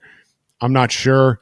One thing that we'll have to talk about, whether you want to do it now or on Tuesday, is the clear debate that was happening between Amarius Mims and Frank Pollock during the game. Not exactly sure what was going on there, and until we get some more insight or maybe a post-game press conference quote on that, we'll have to see. But Mims did hurt his ankle during this game. Based on the fact he has his helmet on, I'm assuming that he wanted to go back in the game, and Frank Pollock told him it's not worth it. There's a minute till halftime. Who knows? Of thing. Yeah. So we'll see. Maybe we can get a John Boy breakdown of that one too, and we'll really get an idea of what happened. That'd be nice. But yeah, Amarius Mims got hurt earlier in the game, went into the tent. That's when we saw the argument with Frank Pollock, and then he came back into the game and then was removed later. So I don't know if that's a re-aggravation or something else happened, or ankle injury was the tweet and the diagnosis, and that's the concern with him, because it was that ankle at Georgia that kept him out his entire last year. So if there's any body part, obviously, you can go down the list. ACL, Achilles, all that stuff is a nightmare. For Amarius Mims in particular, the ankle is certainly not something you want to hear. No, you definitely don't want to. And Georgia snap total today, though. Yeah, I was literally just going to say, I mean, you talk about a guy who literally today passed the number of snaps that he played at Georgia. This is a guy who hasn't had an opportunity to play as many snaps as you would have liked him to due to injury. Obviously, he came into this season. You expected him. I don't want to call him a project. I know you're on the record. It's not a project. But he came into the season expecting him to be your backup. And the hope, obviously, was that the Browns were going to be able to stay healthy throughout the entire year, or for a majority of the year, and that you wouldn't have to see a whole lot of Amarius Mims. That hasn't been the case. But Amarius Mims at this point really feels like he's been one of the bright spots of this team in terms of unexpected standout stars. And so at the very minimum, I'm okay in a game like this. And obviously, if he needed to come back in at some point because we needed him, then so be it. But once you get up 17-0, at that point, I can understand the coaching staff saying, look, we got 2 really important games coming up over the next 2 games. I don't need you getting hurt. Let's focus on recovery. Let's focus on making sure you don't get more hurt next year. That makes total sense to me. I understand Amarius Mims' competitive nature wanting to get back out there, but I'm going to side with Frank Pollock on this one and say, look, Devin Cochran showed enough last week. We have faith that he can at least do a little bit. The Bengals did give up a couple of sacks after that point. Obviously, the Joe Burrow fumble, which I'm sure many naysayers will be pointing to moving forward. But but this offensive line is banged up. We can't afford for Mims to go down as well and have your starting tackles be Cody Ford and Devin Cochran for the last 2 weeks of these vital stretch. With what we've seen out of Cody Ford so far this year, I really wonder what this offensive line completely healthy would look like. I think he's shown me a lot at tackle that makes me excited about potentially putting him back at his natural position of guard. That was the plan when Orlando Brown came back for the one game, and it looked better than Volson and Kappa looked in there. This O-line could have been a real strength if it was able to stay healthy. And you slide Ford to the middle. You have Trent Brown as a swing tackle, and you're not using Matt Lee as your extra lineman. You're using Trent freaking Brown. And then you have Amarius Mims at right tackle and Orlando Brown healthy, playing good football with better interior that would raise their play anyway. I think this offensive line, though it is a big problem, and I've said that guard is maybe one of the biggest needs, I don't think it's nearly as far away as a lot of people are suggesting. I think it really is one piece, one really good guard away from raising the floor of this O-line tenfold. Well, I think the question becomes Matt Lee in that scenario, right? I think there's a lot of people who have a lot of faith in Matt Lee. He's been used a lot in the jumbo packages this year. The question becomes, is he going to be a guard or a center moving forward? It sounds like the Bengals have belief that he can play either of those positions based on what we've heard. So it opens up options at the very minimum, right? So you've got Ted Karras, who has played phenomenal football this year, all year long. It's really a shame that he's kind of surrounded by buffoons at the guard position. But if you replace one of those positions with Matt Lee, you really are just one piece away from having at least one of the best offensive lines in the league, or at least the possibility and the capability to be one of the best offensive lines in the league. Because if you're talking about having the Browns on the outside and then Karras in the middle anchoring it down, Matt Lee, who many people are high on and think that he should have gone higher in the draft and has shown a lot of promise in the preseason and in his limited ability or limited opportunities here in the regular season, then it really does leave you just one position where if you can address that need early in the draft in 2025, you could be looking at a very, very good Bengals offensive line, potentially one of the best offensive lines that this Bengals team at least has had in a long, long time. Yeah, I would even say early in this season when Orlando was healthy with these guards, it was probably the best offensive line of Joe Burrow's Bengals career. So if we're talking about adding a better guard, absolutely. And we've seen how big that is when he has time back there. All these awesome plays, Houdini, all that stuff, it's a blast. It's really fun to watch. It's also part of the reason why we are where we are this year. He doesn't have time to be comfortable. He's not making plays. We're not operating on script. Everything is reliant on greatness, to put it bluntly, and he's bailed us out time and time again, and it's fun to watch, and we're going to have these highlights forever. I've already watched that touchdown pass probably about 40,000 times, but man, when this team's competing for the 1 seed and back in the playoffs and talking about Super Bowls instead of playoff scenarios for the 7th wildcard spot, it's going to be because Joe Burrow is a little bit more ho-hum playing quarterback, a little bit more boring, a little bit more I don't know, on script, because everything else is working and he's not having as much pressure on his shoulders. And we saw that really come to a head at the goal line today. We'll get into the play call aspect in a second, but on that one, bootleg pass at the goal line for Joe Burrow, tries to triple reverse the rush and one too many spins, pokes the ball out. I think he fumbled it right about the 21-yard line, and the snap was taken at the 1. So do that math. He was scrambling about 20 yards straight backwards. Browns get the fumble, recover it, and it gives them a little bit of life to go into the end of that game. Certainly a scary situation. We've seen Burrow have some situations like that already this year where he hasn't protected the football at times when we've needed it. The one that sticks out most to me is Kansas City, the scoop and score touchdown against the Chiefs earlier this year. Luckily, it didn't come back to bite us, able to get the ball back and score again, but really, really an ugly play. And that's the dark side of the greatness of running around in the backfield. Every now and then, throw the ball away. An incomplete pass doesn't kill you. Well, I think that's the biggest challenge, right? It's really difficult to get upset at Joe Burrow when he makes plays like he did today and fumbling the ball 20 yards behind the line of scrimmage when you're also starting the show with, oh my God, this guy's Houdini and escaping 4 different sacks and finding an open receiver. You know, it's one of those things where you win some and lose some. But what I saw on social media, and I think even in our chat, the question of, oh, well, can Joe Burrow not hold on to the football because of his wrist? I don't think this is a wrist issue. I think this is just hey, I'm running around for my life. I've got 2 hands on the ball, but the defender just happens to come in and punch it out.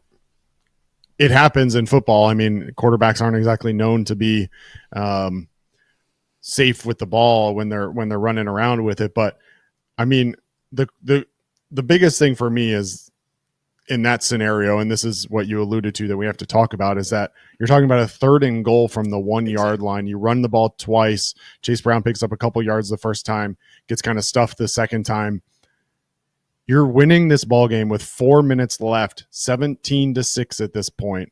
It's a 2-possession game. At worst, it's a 2-possession game. You've got the ball with 4 minutes to go at the opponent 1 yard line. The fact that you're even considering a bootleg pass in that situation just feels like you're overthinking it. And that's been a difficult thing for us to talk about with Zach Taylor this year. There's multiple situations where he just kind of gets too cute with it, right? You've got Chase Brown, who's shown an ability to score from the 1 yard line multiple times this year.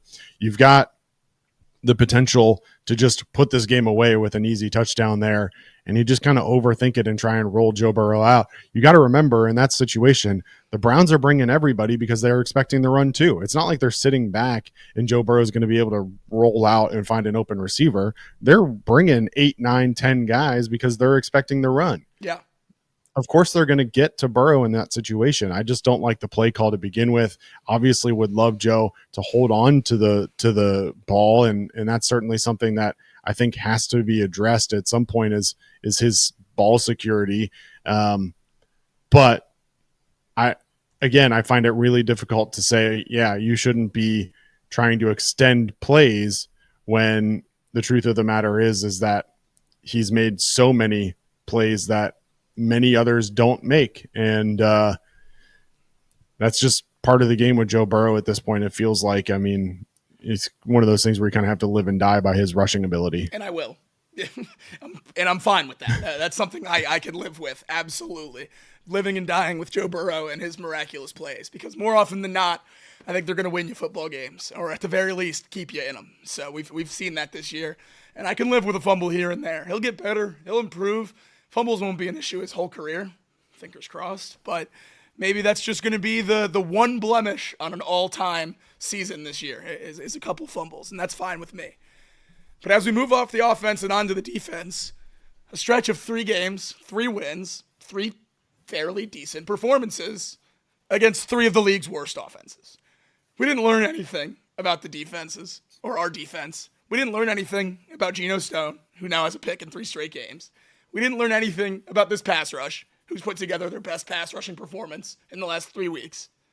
We haven't learned anything. This is a bunch of guys playing for their job when the playoffs are more than likely out of reach. I know we're going to do what else we need to help here, and we're still alive, but it takes a lot, and it takes a lot of external help. And a lot of these guys are playing for contracts and to save their spot next year. And I think you brought it up first with the coaching staff, and we can get into that as well. But my focus on this defense is a lot of the guys that I was saying were easy, no-brainer cuts 2, 3, 4 weeks ago, I think they're playing their way onto this roster next year, whether we like it or not. And I don't think we're learning a ton about this defense. But I think when you look at the counting numbers at the end of the season, and they're a lot better than they were before this stretch, I think it's going to be hard for this front office to cut a lot of guys.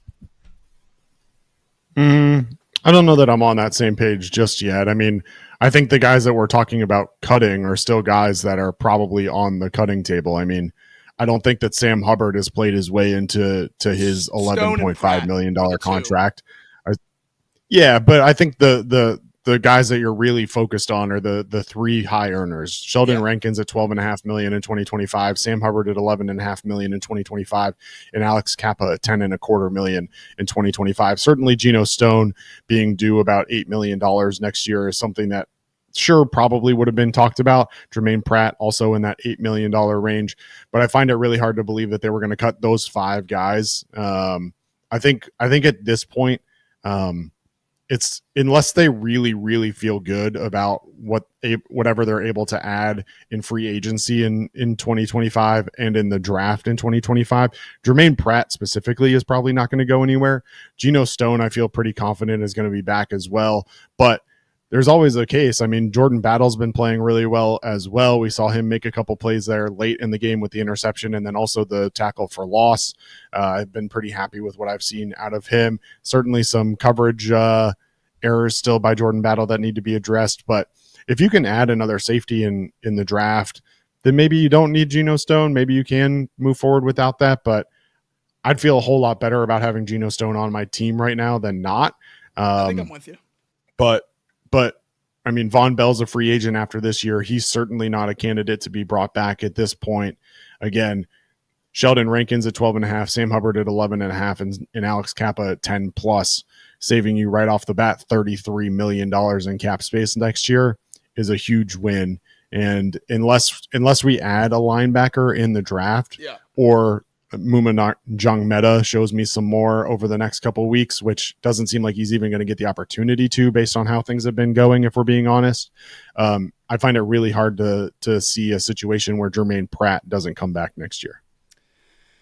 Yeah, we're already asking them to cut a lot of players, which is anti-Bengals, and then that would be asking them to cut a multi-year captain, which would be about as far anti-Bengals as you can already go. I think we might already be pushing our luck with the Sam Hubbard cut, but the money is just so big, and especially with the injury. The three off the top right there, Rankins, Hubbard, Kappa, seem like no-brainers. There's almost no way you can talk yourself into those numbers. Restructures, potentially, but there's no way you can talk yourself into the numbers currently on the books for all three of those players. I think the only other player that we're talking about potentially not being on the team next year is the guy whose backup just made a 59-yard kick. Where are you at on this kicking room, Craig?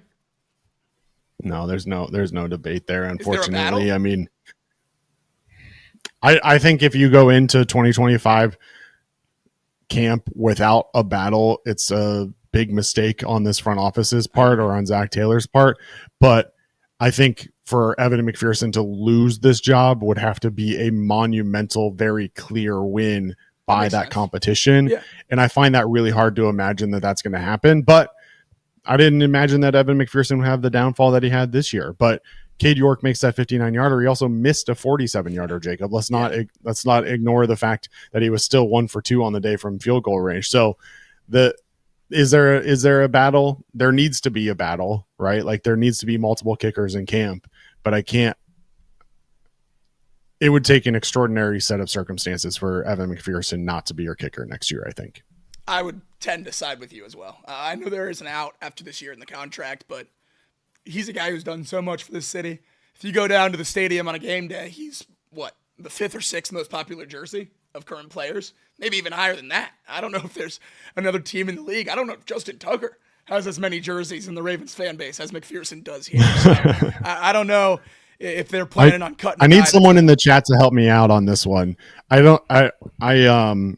Maybe they do this every game, but so they do the promotion every game where it's like the Donato's kick, the field goal kick, where you can kick and win pizza for the entire stadium.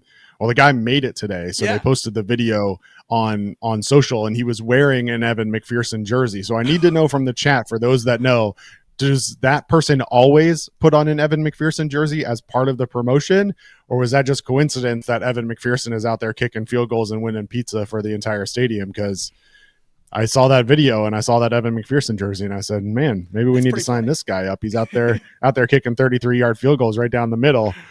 Maybe we need to bring him in for that competition. It's pizza for the whole stadium? I think that's what it was. Yeah. I assume it's similar to like the Reds promotion, where it's like if you strike out 11, you get free pizza, where you have to show your ticket and you get, a free small whatever. It's probably something similar where you show your ticket and you get a free small pizza from Donato's, but no free ads. But he made it today, and the tweet was that he won it for the entire stadium. That's so awesome. Donato's giving out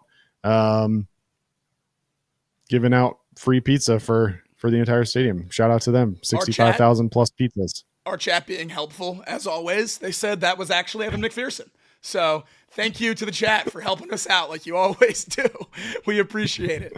But this Bengals Evan defense McPherson out there. Sorry, go ahead. Kicking field goals during Evan McPherson out there kicking field goals during the actual game while he's on IR would be the most Bengals thing I think I've ever heard in my entire life. That would be absolutely hilarious. That'd be almost as crazy as like during the Super Bowl not going to the locker room and watching a concert. Who would do that? Certainly would do no that? professional football player would ever do that. Oh, no, man. I was really hoping I was going to come out of this 3-week stretch and have Craig tell me how much of an idiot I am on today's show, because I was thinking, the Bengals defense is great. We're going to stomp the Broncos and all that nonsense, but that's not how I feel. And we still need help. And after that Colts win, it's not looking great because it's Giants and it's Jaguars left on the Colts schedule.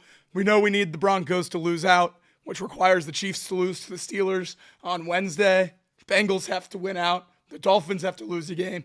It's starting to mount, and I might be inching over to your side, Craig.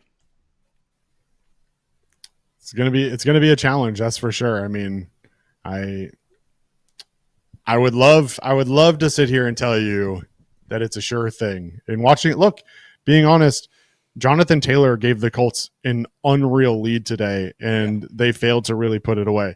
So am I sold on the fact that the Colts can't find a way to lose a game in New York at the Giants or against Jacksonville? I'm not sold, but I still believe it's going to be a lot harder than we think. And then again, just you have to go and you got to face Bo Nix next week. And then you have to hope that, quite frankly, that the Steelers have locked up that third seed in the AFC playoffs, because otherwise you're going to be facing their starters with a whole lot to play for now that they lost to the Ravens this week. So the Bengals haven't gotten a whole lot of help that they needed so far. The Chiefs win again. They have a chance to not be starting their starters on the last week of the season when they play the Broncos. So even if the Bengals do find a way to beat the Broncos next week, you still have the Chiefs, who may or may not have to play their starters in week 18. And so the Bengals still need a lot of help. It's not even just a little bit of help. Like, there's a lot of things that have to go their way. And again, it goes back to some of the missed opportunities earlier in this year. They had many, many opportunities to win ball games that they weren't able to put away. And now they're really facing the consequences of those losses from early in the season. So they sit at 7-8 now. 2 games remaining. They pick up their second win of the season at home. That's kind of embarrassing too. But look, everything is still in front of them, as Zach Taylor loves to say. Yeah. You've got 2 huge games still coming up. Go beat the Broncos, and then anything can happen. Anything can happen. A couple Zach Taylor clips coming across the desk now that we could touch on. He said on the first 3-game winning streak of the season that this is what it's supposed to feel like for them. That's their expectation, and it's good to finally get back to that point. So thanks, Zach. We appreciate that. He's so inspiring. Right. Absolutely. A leader of men. And then on the Amarius Mims injury, he said that it was hit or miss on whether or not Mims could have went back into the game. Obviously didn't feel like he needed them, so didn't want to push the envelope, but maybe that explains as well the altercation on the sidelines. Yeah. It's football, man. You've got to work through that stuff. We're good. What stuff? Would be nice to know. Yeah.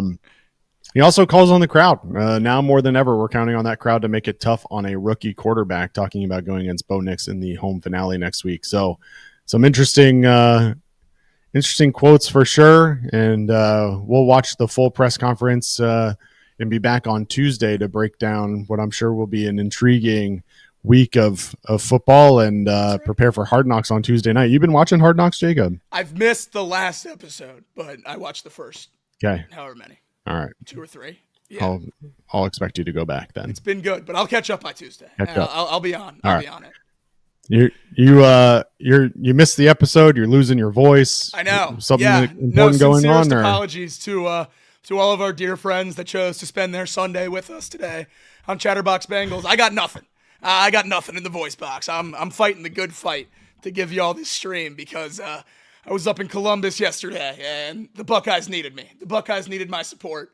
Got the job done, but Chatterbox Bengals suffers because of it. So deepest apologies. I had my coffee cup down here earlier. I'm drinking the tea. So hopefully by next episode on Tuesday, I'm in a much better spot because this can't be, when I have a good voice, I'm not fun to listen to. So this can't be very easy. Well, let's run through these playoff scenarios really quick. Yeah. We talked about it. The Bengals obviously have to win out. They have the Broncos at home and the Steelers still remaining on their schedule. The Broncos need to lose out. Obviously, the Broncos at this point come to Cincinnati next week for a huge matchup in the AFC playoff race. I'm sure that crowd will be huge and will be extremely raucous. They finished the season with Kansas City. Certainly yet to be seen what's going to happen with that one. Kansas City has the potential to have locked up the number 1 seed at that point if they win next week. So that'll be good. I believe Kansas City plays Pittsburgh. Am I remembering that right? On Christmas. Yeah. So Pittsburgh on Christmas. So it's hard to say it, but you're going to be rooting for Pittsburgh on Christmas to beat the Chiefs so that the Chiefs stay in that AFC playoff race and don't lock up the 1 seed. The Bengals also need a loss from the Miami Dolphins and a loss from the Indianapolis Colts. The Miami Dolphins right now are playing against the San Francisco 49ers. That game just underway, about 11 minutes left to go in the first quarter there. They wrap up their season with the Browns and Jets. So you're rooting really hard right now for the 49ers.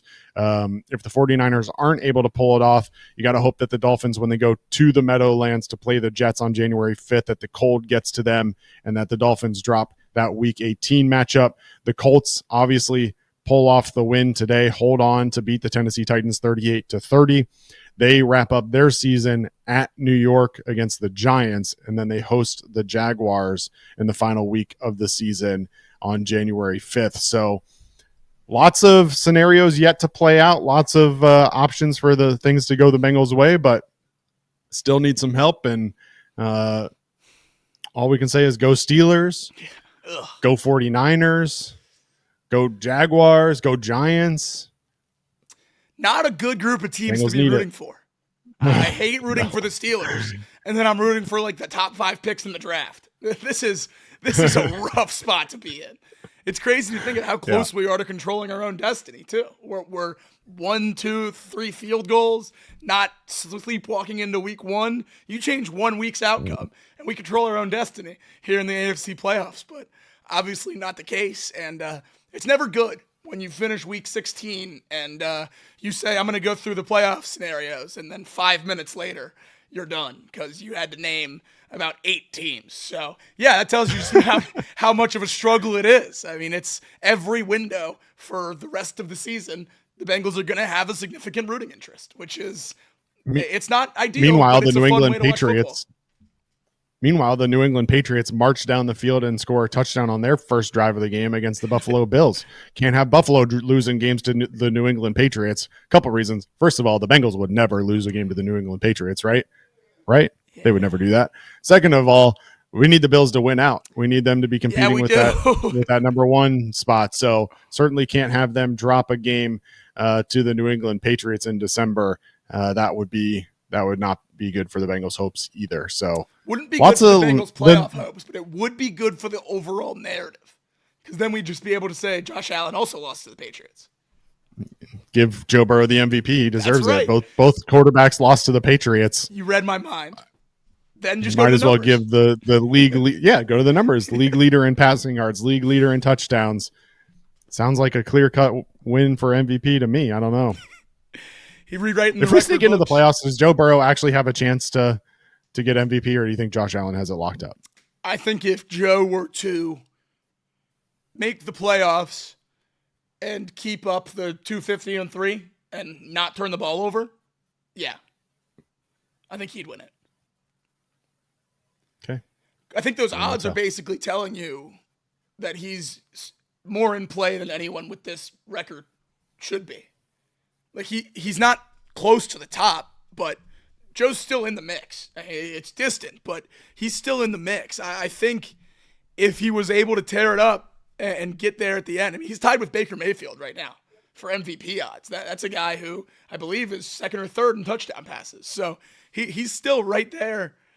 I don't know. It would take a miracle, but if you go 303, no picks for the next 3 weeks, then plus 20,000 on FanDuel for those of you looking to put a flyer on Joe Burrow to win MVP. Josh Allen, the odds-on favorite right now. He's anywhere from minus 600 to minus 1,000. Lamar Jackson in second. Really a 2-man race, it seems, right now, but that's putting it kindly. Josh Allen seems to have it wrapped up, according to Vegas. Lamar Jackson, Saquon Barkley, Jared Goff, Patrick Mahomes, Sam Darnold, currently sitting between Joe Burrow and the MVP award, plus 20,000 on FanDuel. 20,000. No free ads. I might have I mean, you got to throw a couple Just bucks on sprinkle it just on it, because. right? Oh, I'd never forget myself. What's $2? If I didn't take that. What's You $2? want it?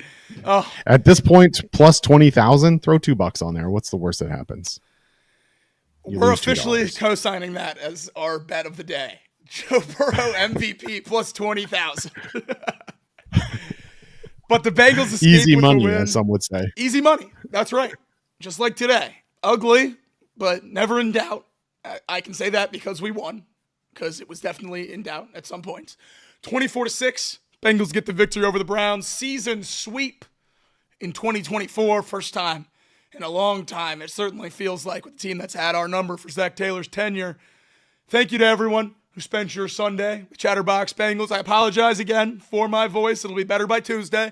Craig, thanks for joining me. It's a good win. We'll break down the film on Tuesday. Who day?